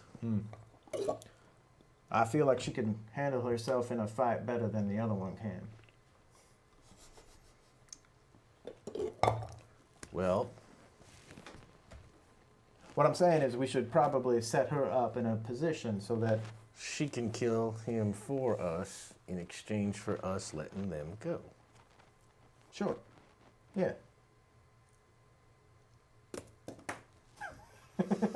I like it. And while she's doing that, I can keep an eye on the fella. If he tries to make a run for it, well, I can keep him stuck in place. All we need to do is make sure all of them are in the same place. If we can have a bead on everyone and know that all of the brothers are in the same place, or at least in positions we can ascertain, so that they cannot get the drop on us, we should be okay. So, do we have any sense of like tactical in this street? He's got a you're a planner. It's like, is there any kind of?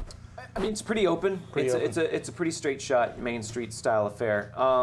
There's clearly like the insides of buildings and upper stories where people. I mean, you got the rifle guy down the street a ways had a good beat on you, but I mean, as far as anything like.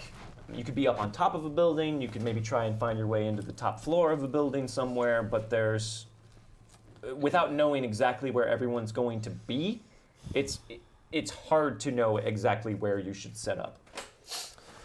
The other option is if she's with the Barrett brothers, you sneak close to them. He's on the ground having been shot by me. I call out Barrett, and we draw iron.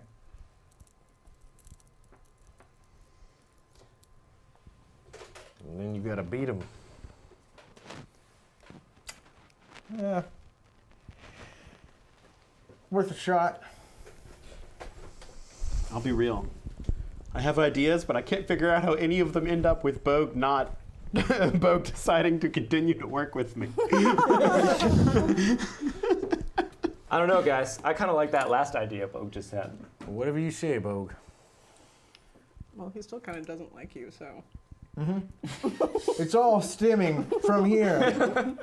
All right, well, for that plan to work, you and Rosaleen will have to make sure that the brothers are incapacitated, as it were. I might have an idea. I can along fight that. one man, I can't fight four. I might have an idea along those lines. Yet. So we're in a saloon, right? You are in a saloon. So there are all kinds of bottles of alcohol. Oh, bottles of alcohol aplenty. All Of right. all levels of niceness and quality. Right? All right. I want to start ripping up something and making some Molotov cocktails. Fair enough. Yeah! Hey, I go up to my room, open the box of Bibles that I use for my Bible routine. Not and the black box with the crow's eye encircled in thorns on it. No. Okay. That one we keep I more didn't discreetly. notice that box. Okay. No, that box is hidden. But I open up my box of Bibles and I kind of slide some off to the side, and I grab one at the bottom Okay. that I've kept kind of off to the side. A separate Bible? Yeah, A Bible that maybe you've done some custom work on? just perhaps. Okay.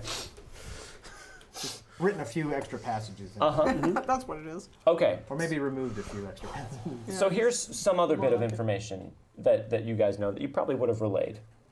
The Kansas Kid, though he does fight dirty, takes the rules of his actual dueling very seriously. If they won't fight him, they get killed.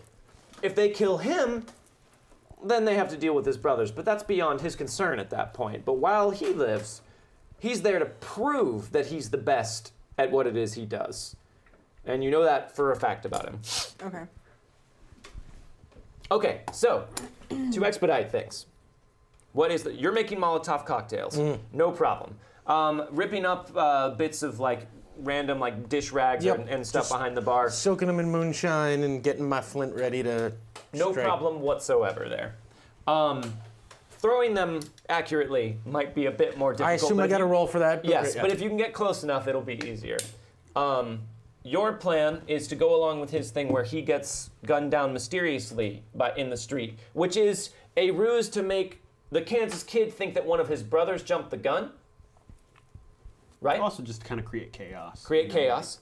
At which point, you call the Kansas Kid out, and Rosaleen is with Levon. We're taken out. Doing- I imagine we're like going around the edge of town trying to take out. Classic pincer maneuver. We are. Yeah. Yep. Yes, classic. Silent. So No, never mind. I want to confer Silent with you and Okay. deadly. And that I might deadly. not Silent and totally deadly. stick with Thank the you. plan. Yeah. Okay. But then we can It's all all about hear the you. rewrite. I know. Write it down and send it to her. Silent also. In secret ways. As well as. Secret ways. I like this plan. I'm excited to see it. Let's do this. Happy to be a part of it. Happy to be I a also part tell of you it. guys that like you guys will know when to go, because I'll be talking to him and like getting things set up first. Okay. Who's firing this mythical gun that is... Whichever one of you guys decide that. One of you guys. That should be you. You're the sharpshooter. And I mean, Well, I'm not shooting anyone. for theatrical Well, but effect, you'll miss him on purpose. and I feel like don't know if can do that. James, James. I'm sorry, I'm having such a hard time remembering which of the three names that I'm supposed to call him, so I'm calling him a fourth. Thomas, Edmund, Gabe. For the theatrics of it, if the goal is to have someone shoot you down, and then James is going to call the Kansas Kid out, how does that factor into your plan?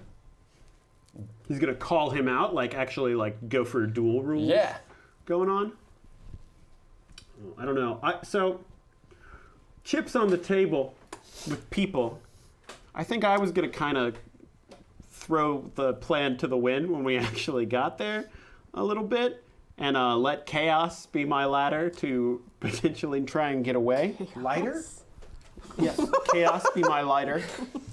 So it goes both ways. Chaos is At a this lighter. at this point, I don't have any horrible associations with the idea of chaos, do I? In fact, I might be even sort of inclined to it. I think you very much are. Let's put this thing into action. Great. The night turns sour. And dark clouds roll in, No, my handwriting's not. And the wind starts to pick up. Sour. And Seemed like a as the night goes on, a storm starts to brew. Looks like a storm's a brewing. And through the night, the wind howls and the thunder crashes, and you all make your preparations. But as dawn approaches, everything sort of slows down to a rain. Man, it would have been great if at that point the rain sound had started. There it is. That's how rain starts in Lawrence. Boop! It's raining. Oh, I hear rain again. Did I hear a boop? Dawn approaches. Who's Don? He's this really cool guy that does great art. Let's clear this stuff. I think I do tell you guys, like, oh, by the way, if things go wrong, I tend to improvise. Just try and roll with the punches. If things go sour, a bullet's going into you and it's going to be coming from my gun. Well, that certainly won't work out too well for your bounty now, will it? Well, I'll still have the Kansas Kid, won't I? All right, so here's the rusty wire right here. Here's the main street in the area across the street there. So, dawn's getting close here. So the plan in preparation is you guys are going to wait and see where the brothers are placed and try and outflank them and come from behind to create chaos with Molotov cocktails and whatever means provide themselves. Gabe is going to go out into the street and meet the Kansas Kid. Yeah, and I've set up.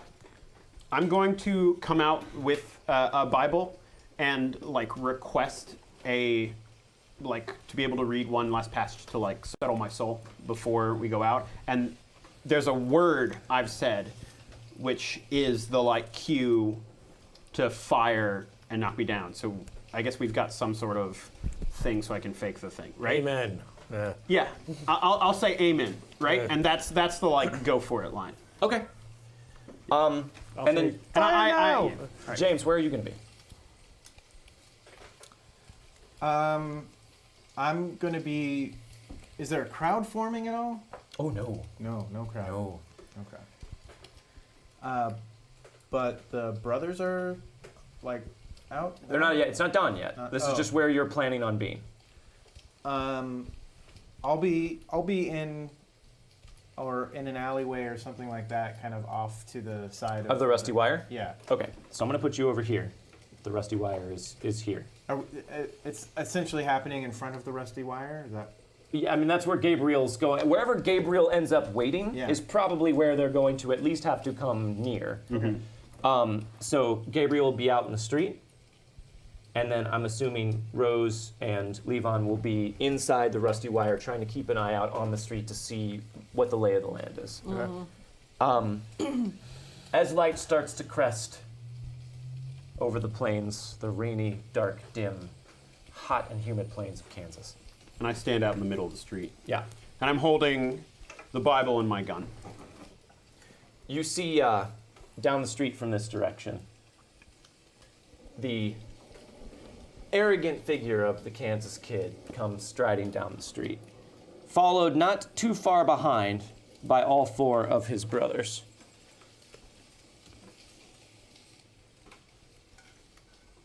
One of whom is a sister, apparently. Where'd he go? There he is.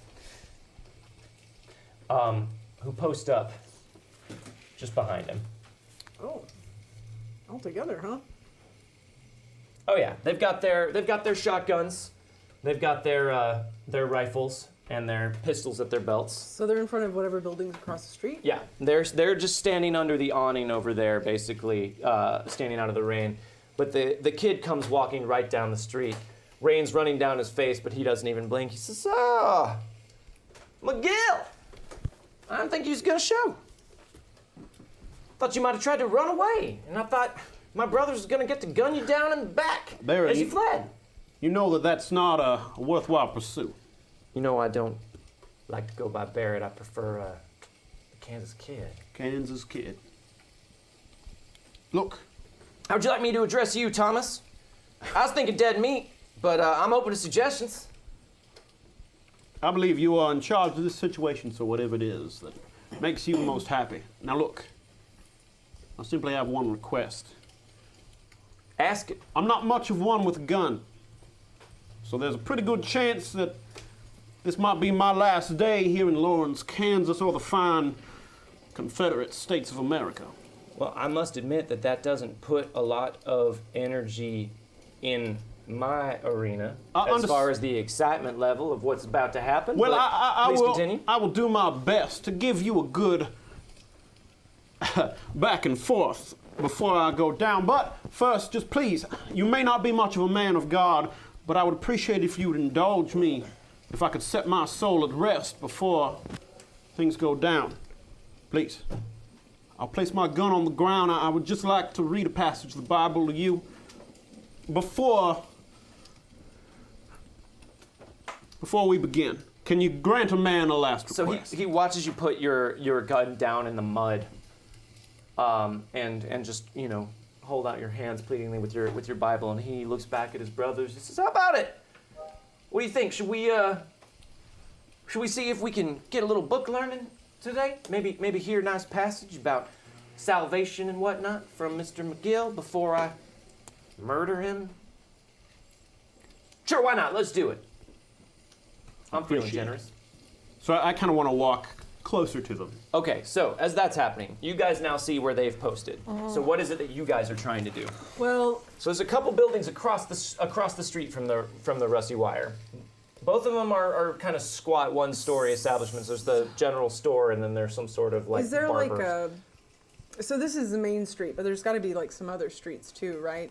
So basically, I'm trying to figure out how we can get out of this building and get around without being like, "Hey, just walking through here." You could so you can go out the back door, and you can go down the street in separate directions, and you can go far enough away that you can probably wait for a good opportunity to just dash across the main street to the other side.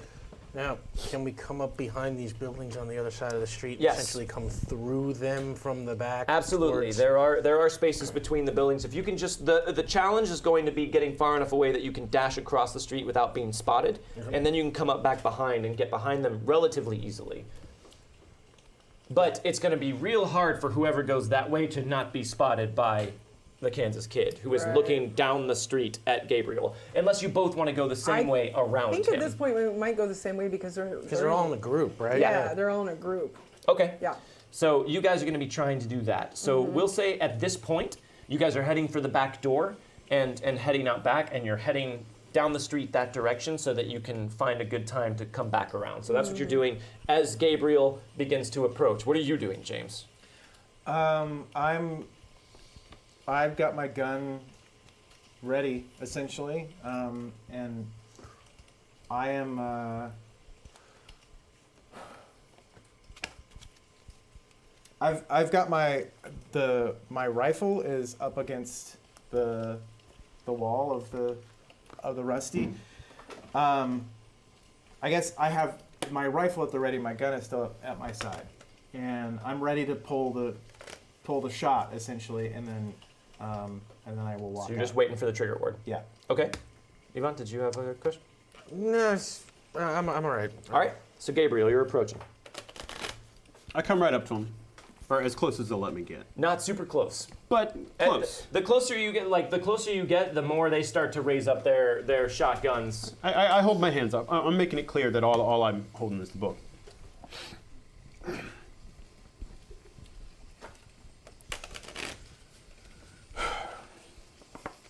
This is the word of the Lord.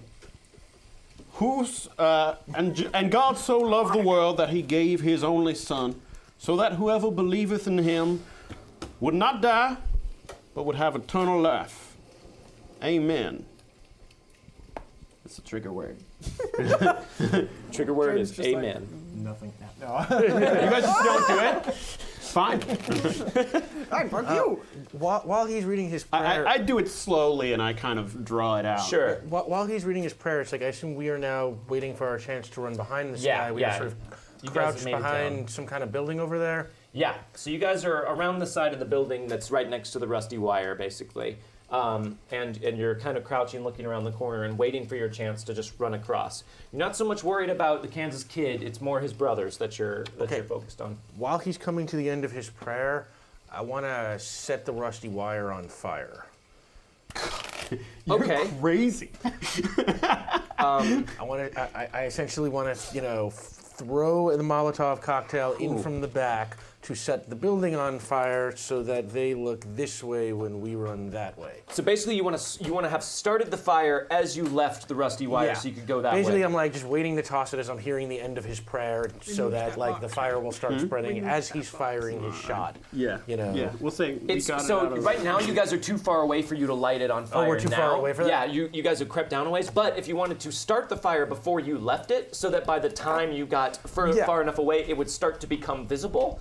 That's definitely within the realm of possibility. Yes, I set up a fire trap. So re-rolling back time just a tiny bit as you guys creep out the back. Rosaleen, you head out first, and We probably moved Rose's box. Yes. Yeah, It can't be destroyed twice. I don't know that you did move it. Levon kind of pauses for a bit Every and time a town burns down. turns and strikes a match and lights one of the Molotov cocktails and just tosses it into the middle of the rusty wire. I guess this is not part of the plan we talked about. No. What the hell are you doing? You don't see You're that. the only I don't one who see can it? change Oh, No, plans. you've already I didn't left. say I was gonna. And then he comes out behind you and you guys creep down there. All right. So I heard you like men who like to improvise. at this point, he says amen. Bang. Rifle goes off. Where are you shooting? From behind the. Where are you shooting at? I'm shooting up into the air. Up into the air. The rifle goes off. As that happens, what do you do? We set up like a die. So I kind of grabbed my chest. Oh, I whacked my microphone. That might have been loud. So that like the blood kind of That falls. was the gunshot. You smash the bottle of Narcanol. Yep. And I fall to my knees and I just have the Bible Nice in front of me. callback. And sort of like start to fall down.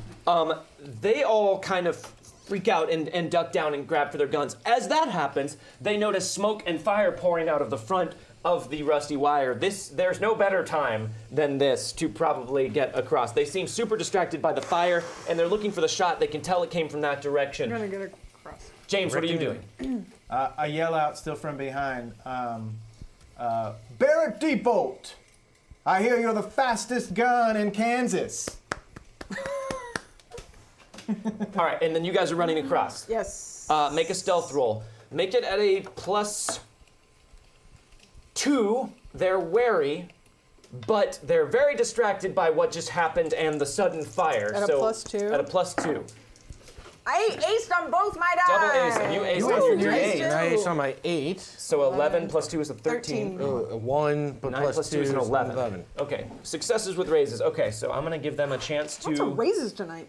see what's going on. You're lots of raises tonight. But I rolled a Yeah. 3. You're doing They great. are completely distracted by everything that's happening, and you guys are able to run across the street and back around to this building over here, which is one building removed from the one they're in front of. Okay. Gabriel is dead on the ground. No. The kid is looking around. He's like, "Now hold your fire! Hold your fire! Who said that? And I'll. We got some sort of firebug out here that thinks he's trying to put on a show." I hear you're the one who puts on shows. Well, people have heard a lot of things about me, but I confess I don't know nothing about you. Why don't you show yourself? Are you as fast as they say? Faster. Well, I couldn't have Mr. McGill here take my prey. All right. Now things are getting interesting.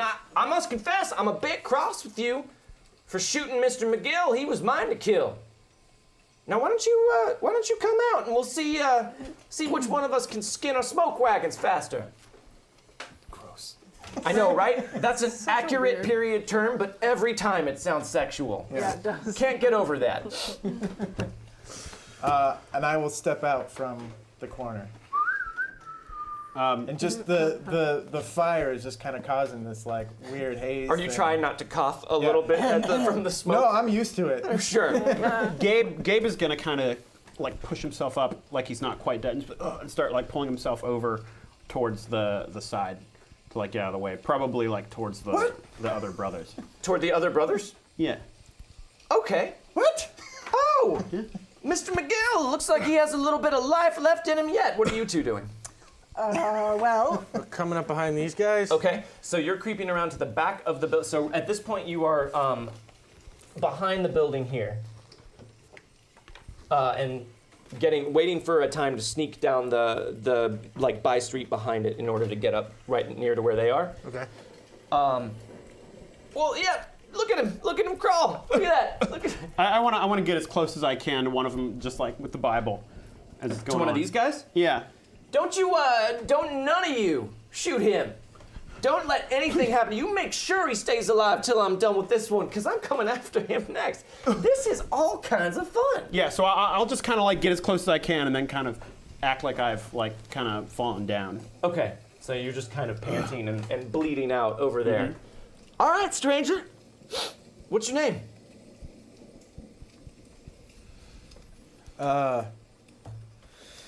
My name? Bogue. All right. Pleasure to meet you, Bogue. My name's Death. Let's see how you draw. And he steps out into the street and kind of squares himself and turns to the side and blows back his duster, revealing his side piece. You getting ready? Yeah, Yeah. Let's duel. Oh, what's that? I bookmarked this I passage. haven't dueled since the first episode. That's Yeah, not true. you've done another duel. You lost a duel against Stone in the first episode of season wow. 2, and you were murdered. we all got Yeah. horribly murdered Remember? by Stone. That was not very nice of you. It was a It's dream. all in my head. It's Well, okay. it was also versus a dude who had like D12s and everything. It was a dream. He's very real. He had D20s, the fabled D20. possible. All right, so here's what I'm going to say happens. You guys hear what's happening out there. You know Bogue is pretty capable, but you've never seen him do anything like this. Maybe you're curious. Maybe you just want to see some bloodshed. Either way, we'll let this happen, and then as soon as the duel is over, all hell breaks loose, yeah? Yeah. So that's it. Hang on. I want to see this. All right, so you guys kind of creep Before down the we just alleyway. let all hell break loose, I want to. Yeah, just let. Yeah. let us Okay. know. All right. Cool. Go. So first, everybody gets a hole card. I've telegraphed this pretty clearly. And I would like our guests to deal this out. So if you could deal each one of us, well, how many cards do you get? As I a get duelist, 2. no. I get an extra hole card. So you get 2 extra. I get 2 extra. Right, because you have true grit, right? Yes. Which gives you 2 points of grit, and you're a duelist, which lets you add your points of grit to your whole card. So you get 4 cards total. So you can deal him 4 face-down cards. You can look at those, I cannot.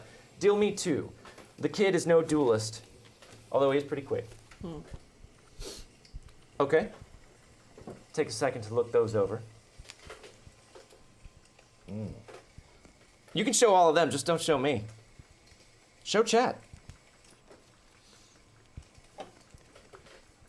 Now, are you going for intimidation or taunt? Intimidation. Intimidation? Yes. Make your intimidation roll, and then how are you intimidating him as you guys face off in the street? I say, all I see is a whiny ass, scrawny little, You just said intimidation, and Yeah. you were just like straight up taunting. straight up him. taunt. Super taunt. He's doing it in an intimidating way. Yeah, it's an intimidating manner. If that's not taunting, I don't know what taunting is. I will shoot you again.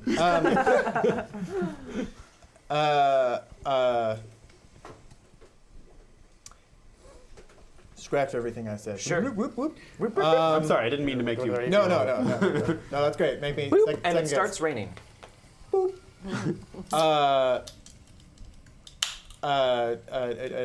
I got it. Okay. I could either shoot you to kill you or shoot you to hurt you. Which would you prefer? All right, make your intimidation roll.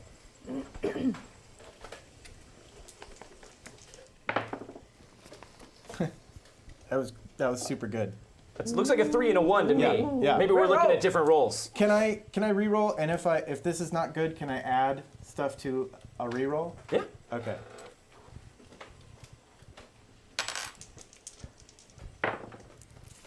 Well, that's Rolling under the hat. yeah. It's high drama. I Is can't it? see the I don't dice. know. Oh, that's a critical failure. Yeah, don't let that stand. Oh, you can't re-roll a critical failure with cursed Spanish gold. All right. I'll re-roll it with that. Okay. Strategic use of colors. Yes. White one first. Okay, that's a 4. Okay. I am going to add a d6 to this, though. Okay. Do so. Yeah. That's a 3. It's a 3. So that's 7. a 7. Under the hat again. Trying to You could spend a raise- piece of cursed Spanish gold to re-roll it. No, Reroll it's not a that? critical fail. Could Re-roll the whole all thing. of it. Oh. Why not? Yeah, really. Why not? Yeah, you're devil, pretty you low make on cursed Spanish gold. Yeah, I blew through all mine last session, so I need to re-up my supply. Oh, there you go. 13? Or 10, 10. actually. 10 would be is better still. That's a pretty good intimidation roll. Yeah, I don't know what he's got though. Okay, I'll go with the 10. So what'd you say? I said I could either hurt you or I can kill you. Okay. And you say that with your trademark James Bogue steely glare. And he says, well, in order to do that, you'd still have to be standing to shoot. Now, wouldn't you? Good point. That's a taunt. Yeah. He rolled a 5, but I'm going to spend a piece of cursed Spanish Where did you gold. get cursed Spanish gold? God damn it! Oh yes! Ace on my D6. Shit. That's an 8. 8. You rolled a 10. Not the end of the world. I'll spend one more. Oh, come on, guys. He's got to try. He aced again!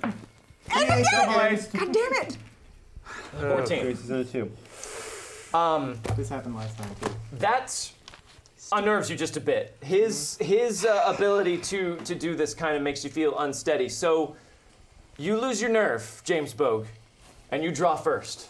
Okay. So you're at a -2 in the next portion of this. Cool. All right. Now you're reaching for it. Whatever happens here, everyone will say they saw you draw first. Yep. All right. So you're going to deal out 3 cards, just like we're playing That's why Hold'em we live Poker. for. At that point, either one of us can say shoot. If no one says shoot, you'll deal 1 more card. At that point, either one of us can say shoot. If no one does, you deal the last card, and then we fire. So I'm dealing them face up. Yeah, 3 cards face up. 4 of hearts. That's a 4 hearts. All right, and you can do these 3 all together. Oh. 9 of hearts. Queen of hearts. Out of hearts. Shoot. All right. I got a pair of 9s. I got a pair of 9s and a pair of 5s. Whoa! 2 pair. Boom. All right. So, all right. Well done. Pretty good. Are you going to go for speed or accuracy? You lost the face-off, so you decide first. Accuracy. Accuracy. Okay. He's going to go for speed. So You're pulling an Andrew Jackson because he would famously let people fire first so he could take his time and, Yeah. and aim. Yeah. he's going to be at a -2 here. Okay. He would ordinarily be at a -4, but he's a quick draw. That's an ace on the He's on a D6. 6. Aced again. That's a 7.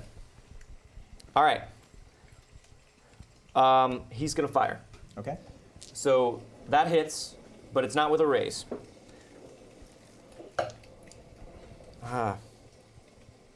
Okay. All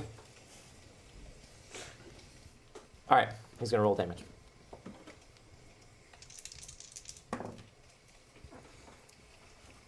That's a 2 to 1 for those of that's you who can't see it. 3 damage. Now, he went for speed, but you got him beat in hands. Well, why doesn't he re-roll it? He can't, because it's damage. So he fires a shot real quick, and it goes right through your shoulder. in and out clean. But with your adrenaline going, you don't even feel it. And thankfully, it's not your shooting shoulder. So now going for accuracy, James Bogue. Make your shooting roll. At a -2. That's a 3. Threes. The night of 1,000 threes. Yep. Yeah. I need all these rerolls. Ooh, 3 and a 4. -2 still. Not enough to hit. You've got to ace it, basically. Oh, wait, what's that? You have? Thanks very Giving much. him all the gold. Yeah. He needs it. He's got a bunch. He's doing all Thanks, these secret Chad. things under the hat. 2 more threes. 2 more threes. Come on, what do you got? James Bogue, don't let the Kansas kid take you down in the past. Common bond. I'll give him one. You can't do that. I don't have a common bond anymore. Yeah, there we go. Ace on the that wild D6. guy. Yeah! Double ace. Six. How we do it. Yeah. Oh, 5. Two aces and a 5. 17 minus 17 minus 2 is a 15. That is a hit with the raise. So you're going to roll 2d6 plus an extra d6 plus an extra d6 for the one level that you beat his hand. So 4d6 altogether. Ooh. Holy shit. +1. Plus 1. Come on, guys. That's a 6, 9, 11, 12. 12. All right. So he shook you, and you drew first. And as soon as he saw you draw, he had his gun in his hand and fired off a shot that went clean through your shoulder. Maybe you got to him a little bit more than it seemed like you did. And then, taking the shot and then sizing him up, you draw your gun and fire dead to rights right between his eyes. And the Kansas kid collapses to the ground. Oh, shit. And these guys lose their shit. They pull their guns out and whirl them at you, and everything seems to slip into slow motion. What? Wait, Because Spin. you called first dibs on when things right. go to shit. All right. So Gabriel Pryor, as they are pulling their shotguns to bear. So I want to kind of grab at one of them and look up and hold the Bible and go, oh, this is the word of the Lord. And then pull out my Derringer from inside the Bible and take a shot at one of them. Okay, so make your shooting roll, All right. and then get to your final pull here. So you're going to be at a -2 for pulling out the Derringer from the Bible. Yep. All right, I've got a 6. I'm going to use the quick combat rules to go through this. Okay. I got a 5. Okay. Is that enough to hit? It's their parry. It's a don't get to shot. find out, right? You're close enough. That still beats their parry. Yeah. You can Okay. reroll. You know what? I am going to reroll because I've got a bunch of fate chips and Curse Spanish Gold, and I haven't rolled like anything Okay. that I've needed in. So I'll start. Well, with, hold on. Let me tell you this. You guys have a +2 because you've outmaneuvered these guys tactically. So every roll that you guys are about to make, you're going to make it a +2. Okay. Just that. Okay. You know what? I just want a raise on this if I can manage it. Okay. So I can get a little damage. So Wow, you killed. I'm three trash people at with this that. now. Yeah, that was pretty I'm effective. real bad at the yeah. Different shapes. So I'm gonna add a d6. Okay. I'll roll my my pretty Hippolyte dice. There you go. That's Ace. a 6. That's an ace. Yes. 6, 7, 8, 9. That's it. So, That's a hit with a raise. Yeah. Okay. Nice. So keep that in mind. Yep. Rosaleen and Levon, what are you doing here? Well, as soon as everything goes to shit, I want to cast fear. Oh. We are in combat, so I would like to call upon a mob of citizens. Okay. Two per hero joins the battle as allies. They are treated as soldiers armed with whatever the GM deems appropriate for the current battle only. Okay. I have a question. Yes. Was he a wild card? No. He I rolled. bring him back. No, I'm just kidding. Okay. So that's definitely happening. So everyone add an additional +2 to what you rolled. So add that to your. You guys now severely outnumber them. Levon, what are you going to do here? Well, okay. So basically, everyone choose one action, and then I'll narrate the sum total of this fight as it occurs. So, can I only attack one person at a single time? Is that the deal? No, you can. Yes, but in the confines of this quick combat, you can run up and axe the hell out of all of them. Don't forget you got Molotov cocktails. Can I try like smashing a Molotov cocktail on one guy while hitting the other guy in the neck with the axe? Sort Absolutely. Of in one simultaneous. I really like that move. Cinematically, yes. Nice. Make a roll for that. We'll call that a fighting roll. Savage World is like Fighting you is can do as what much I as you do. want. That is just a little harder. So we'll give you. You're supposed to have a +4, but you're going to be making 2 attacks effectively. So you're just going to be at a +2. +2. Yeah. So make your fighting roll. It's a 4 and a 1. You can do better than that. You got some fate chips there. If you're not going to spend them now, when are you going to spend them? Yeah, that's a good point. Oh yeah! Ace on that D6. 6. 7. 7. +2, which is a 9. 9. Plus another 2, right? Because he's got. No, he got the No. -2 because I he's got the doing minus 2 one. actions. Yeah. That's good. That's good. That's okay. that is a success with a raise on both counts. Which is like as much as you can get, really. Great move.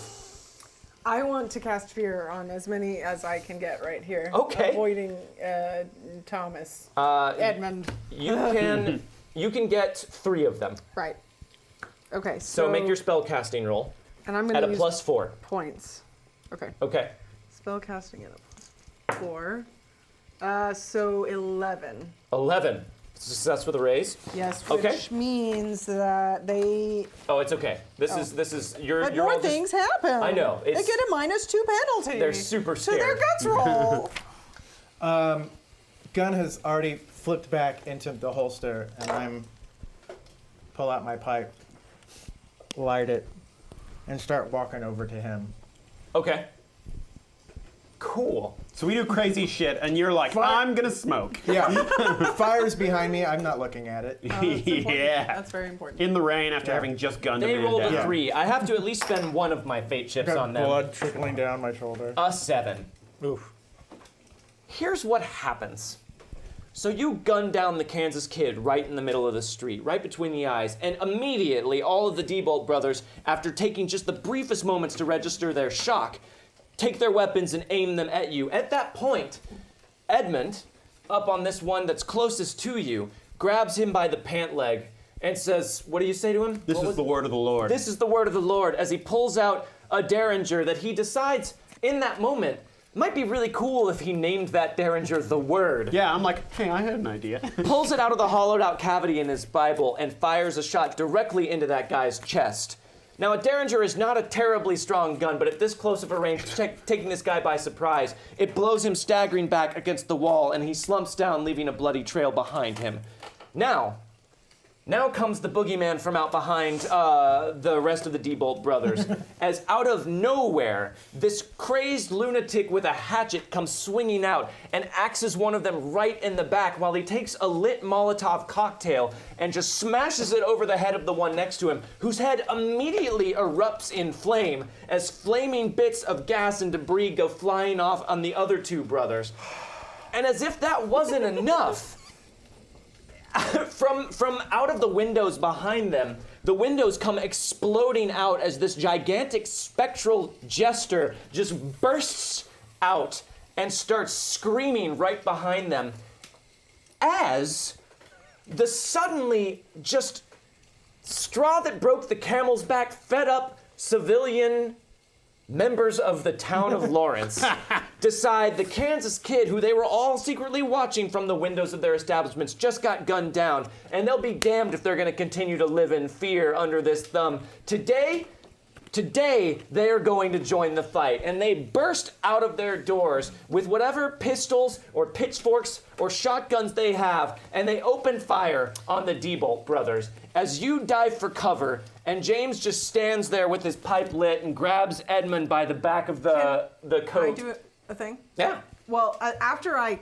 cast fear, I want to try to get Thomas and get out. So he's already made it over there, but can I come over? Nah, because his whole thing that he did was go over to grab it. No, I'm not trying to, you didn't let me finish. Sure. I'm not trying to stop what he's doing. I want to go over to him and pull my knife on him in the midst of all the chaos, hoping that nobody else is paying attention to me. Can I do that? I will I'm not trying say, to stop what he did. you could, but there's a lot of cross bullet fire happening right here. It might be better to follow follow them out a little bit away from the chaos and take care of that. So James goes over and grabs Edmund by the scruff of the neck and just pulls him up. and just starts marching him down the town street away from the chaos, and you kind of ducking down to get out of the sudden array of gunfire, which is just decimating the Diebold brothers as they are just burning and screaming in fear as the townspeople unload all of their pent-up aggression on them. You kind of duck and run down the street after James, and Rosaleen, you're doing the same thing until you guys have cleared the chaos just enough for you to do what it is that you were saying. Well, basically, I want to, catch up and get in his way with my knife and deck of cards very close. Hold on, I really want this to be underscoring what's happening. Okay, it's very Okay. important. Yeah. I appreciate your help, but this is as far as we go. Oh, I don't think so. See, my friend and I, we have an $800 bounty plus a $200 bounty. And I thought I was the one who was greedy. Can't you just take the 800 and let us go? We helped you get a really good bounty that you wouldn't have been able to get otherwise. Not to mention we took a couple of people out of the picture. It's not completely sure to say that you all would have walked out as well as you had. Now, I will say this. By no means is any sort of friendship or partnership immediately sprung into fruition here. However, it's very easy for you two to notice that these two are very capable and seem to have a little bit of a way of swimming within the criminal element. And you guys recognize that these two are scary, and you definitely do not want to have these guys on your bad side. Oh, and it's done. No, one guy he had to pause to reload. Everyone's like, time out, and keep shooting. play fair. And resume scene. Look, the deal we had was that we would help you out of this situation, and then you would come with us. I Now- specifically said after point A, I would improvise. Yes, we did say that we could discuss terms after we dealt with this part. Now, look, What? you came to me looking for $200, and you came out of it, which seems like a nice profit of 400%. I'm just saying, I could use someone who could help me out when my words can't quite do it, and I think that there are situations like this in the future where I could prove just as useful to you. Are you looking for a bodyguard, Mr. Fletcher? I don't think that's the way to put it. I just believe that all of us have rather complementary skills. You could have one $200 bounty off of me, or you could have someone who could probably help you out in ways that may not be your cup of tea. You don't seem like a man of many words. Well, I might have a few too many, but I'm good with them. How many more bounties do you think you could get with his help? It also doesn't take a lot of thinking on both of your parts to realize this is the second time this bizarre cackling apparition has appeared in connection with something Miss Byrne and Edmund Fletcher have been associated I'm with. terrified of her. I'm not scared of your knife. But as long as you don't have cards in your hand. Well, I'm I not- do have them. I did say I had cards. I had Right. both. But they're not in your hand right now. I mean, I guess I didn't explicitly say that, but I like have a hand on them, is how I was thinking of it.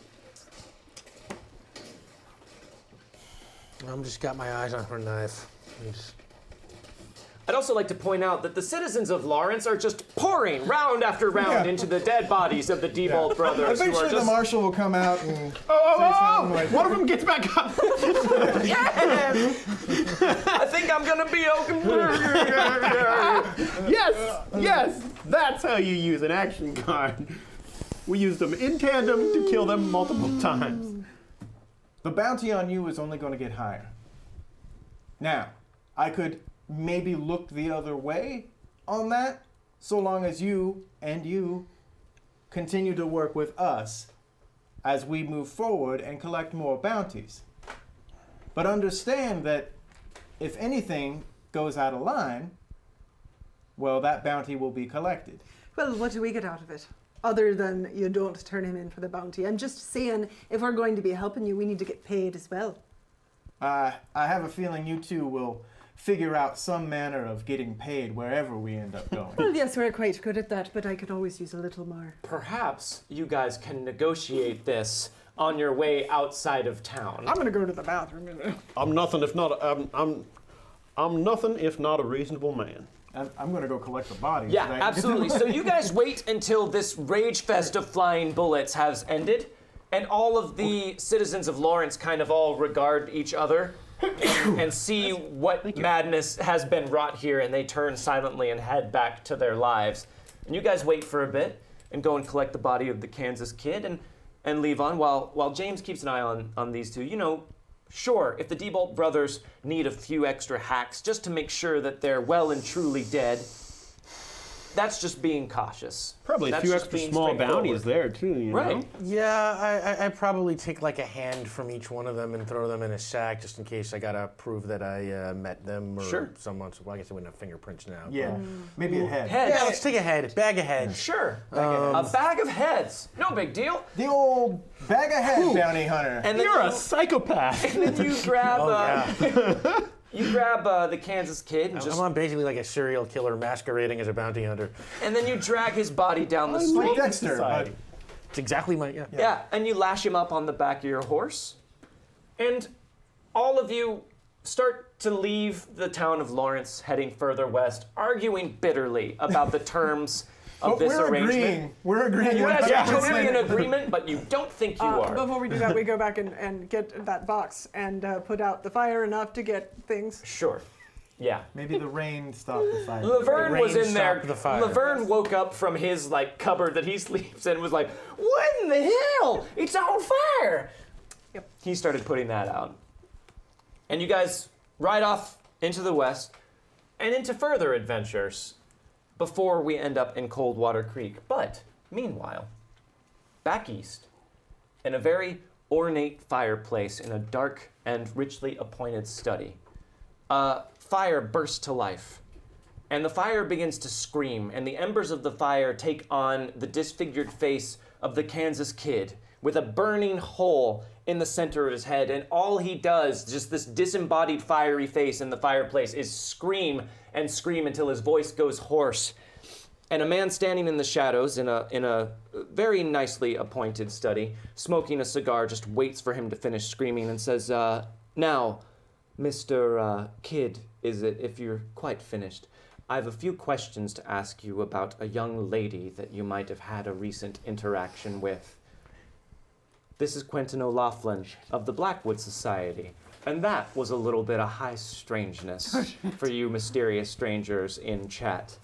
And That's bad news. we have also unlocked for next week the final story tier. Thank you guys so much. Hal's Gut Feelings. Hal Melton, played by Gaurav Gulati, Thanks for expertly coming, Rob. replaced by Rick Budd tonight, has just discovered, maybe, his missing wife Ludi, and he's going to need a little extra help getting some answers. So next session, Hal and only Hal will be able to spend fate chips to ask of me yes or no questions that I must answer him honestly as he tries to figure out what in the hell is going on. Oh, that's cool. And that's where we will leave things tonight. Thank you guys very, very much for that. you. Thank you. Yeah, That's great. that was fun. Sorry we ran a little bit long. Sorry we ran long, Nope. guys. But good. you guys were having such great interaction. And Levon was just so fun to watch. So thank you very much, Rick, for coming. yeah. and Honestly, filling us I in. think it very was a much. good note to leave on. What you did there. This was so much fun. Thank you for having me. Thank you for being here, Rick. It was a pleasure having you at the Anytime Wildcards you want table. me to come back and hatchet people to death, I am here for you. That sounds like an open invitation that I will take advantage of. Thank you guys so much in chat for all of your very generous tips. Thank you Yes. for being here. Thank you for hanging out with us. You guys have proven time and time again that you are here to show up, and it means so much to us that you guys are so passionate about the show. It just makes us want to up our game. Next week, I will be introducing hopefully, God willing and the creek don't rise, a new thing that we can use. Should we blow through all of our reward tiers again, I will have a fun little stretch thing that maybe we'll implement in ongoing shows. But thank you guys so much. You guys, your support, your excitement, you showing up week after week means the world to us. It does. on Sunday, you're going to want to tune in to Saving Throw at 5 p.m. Pacific time because we'll be running the first part of an extra special Tempting Fate. What theme is that show going to be about, Rick? We're doing Evil Dead. Ash and the Deadites, and we're starting. This is going to be a little bit of an experiment. It's our first multi-episode campaign in this format. We're going to try and stretch this one out for 3 and see where it goes. Should be a lot of fun. Sunday, 5 p.m. Tempting Fate. Check us out. Who's guesting on that one? Oh, yeah, with special guest, the Library Bards. Bonnie Gordon and Xander Janere of Shield of Tomorrow and Alpha's Madness will be with us. They've been here once or twice with us before. They are fantastic, and they will be... some of our college students headed up to some mysterious cabin in the woods where, I don't know, maybe nothing will happen. Maybe Probably. it'll be a relaxing 3 weekend. episodes Yeah. of vacation. Yeah, Really nice. I did that in college. It went fine. Yeah, You'd be yeah, surprised how exciting role-playing vacation games are. Yeah. It's really great. You So did that on make vacation. sure you guys watch that. Thank you again to Rick for being here. That's going to be run by Thank you Rick for Budd, having so me. make sure that you tune in on Sunday at 5 p.m. Pacific time to watch that. We don't have a whole lot of time for everyone else to plug stuff. I will say we all have our own Wildcards Twitter accounts where we do some in-between session role play. Mine is at wildcards_GM. Megan is at wildcards_Meg. Jordan is at wildcards_JP. Dom is at wildcards_Dom. And Gaurav is at wildcards_GXG. Thanks, Graf. That's Gaurav right there. So make sure you check that out, guys. We will be back next week to re-check in the modern day with the Sisters of Eminence. Cliffhanger. Right after the Prairie Tick attack and see what happens with Howl catching a glimpse of Ludi. Thank you guys for being here. Thank you so much to Tyler for running things behind the scenes. Thank you. And we will leave you with some finger guns.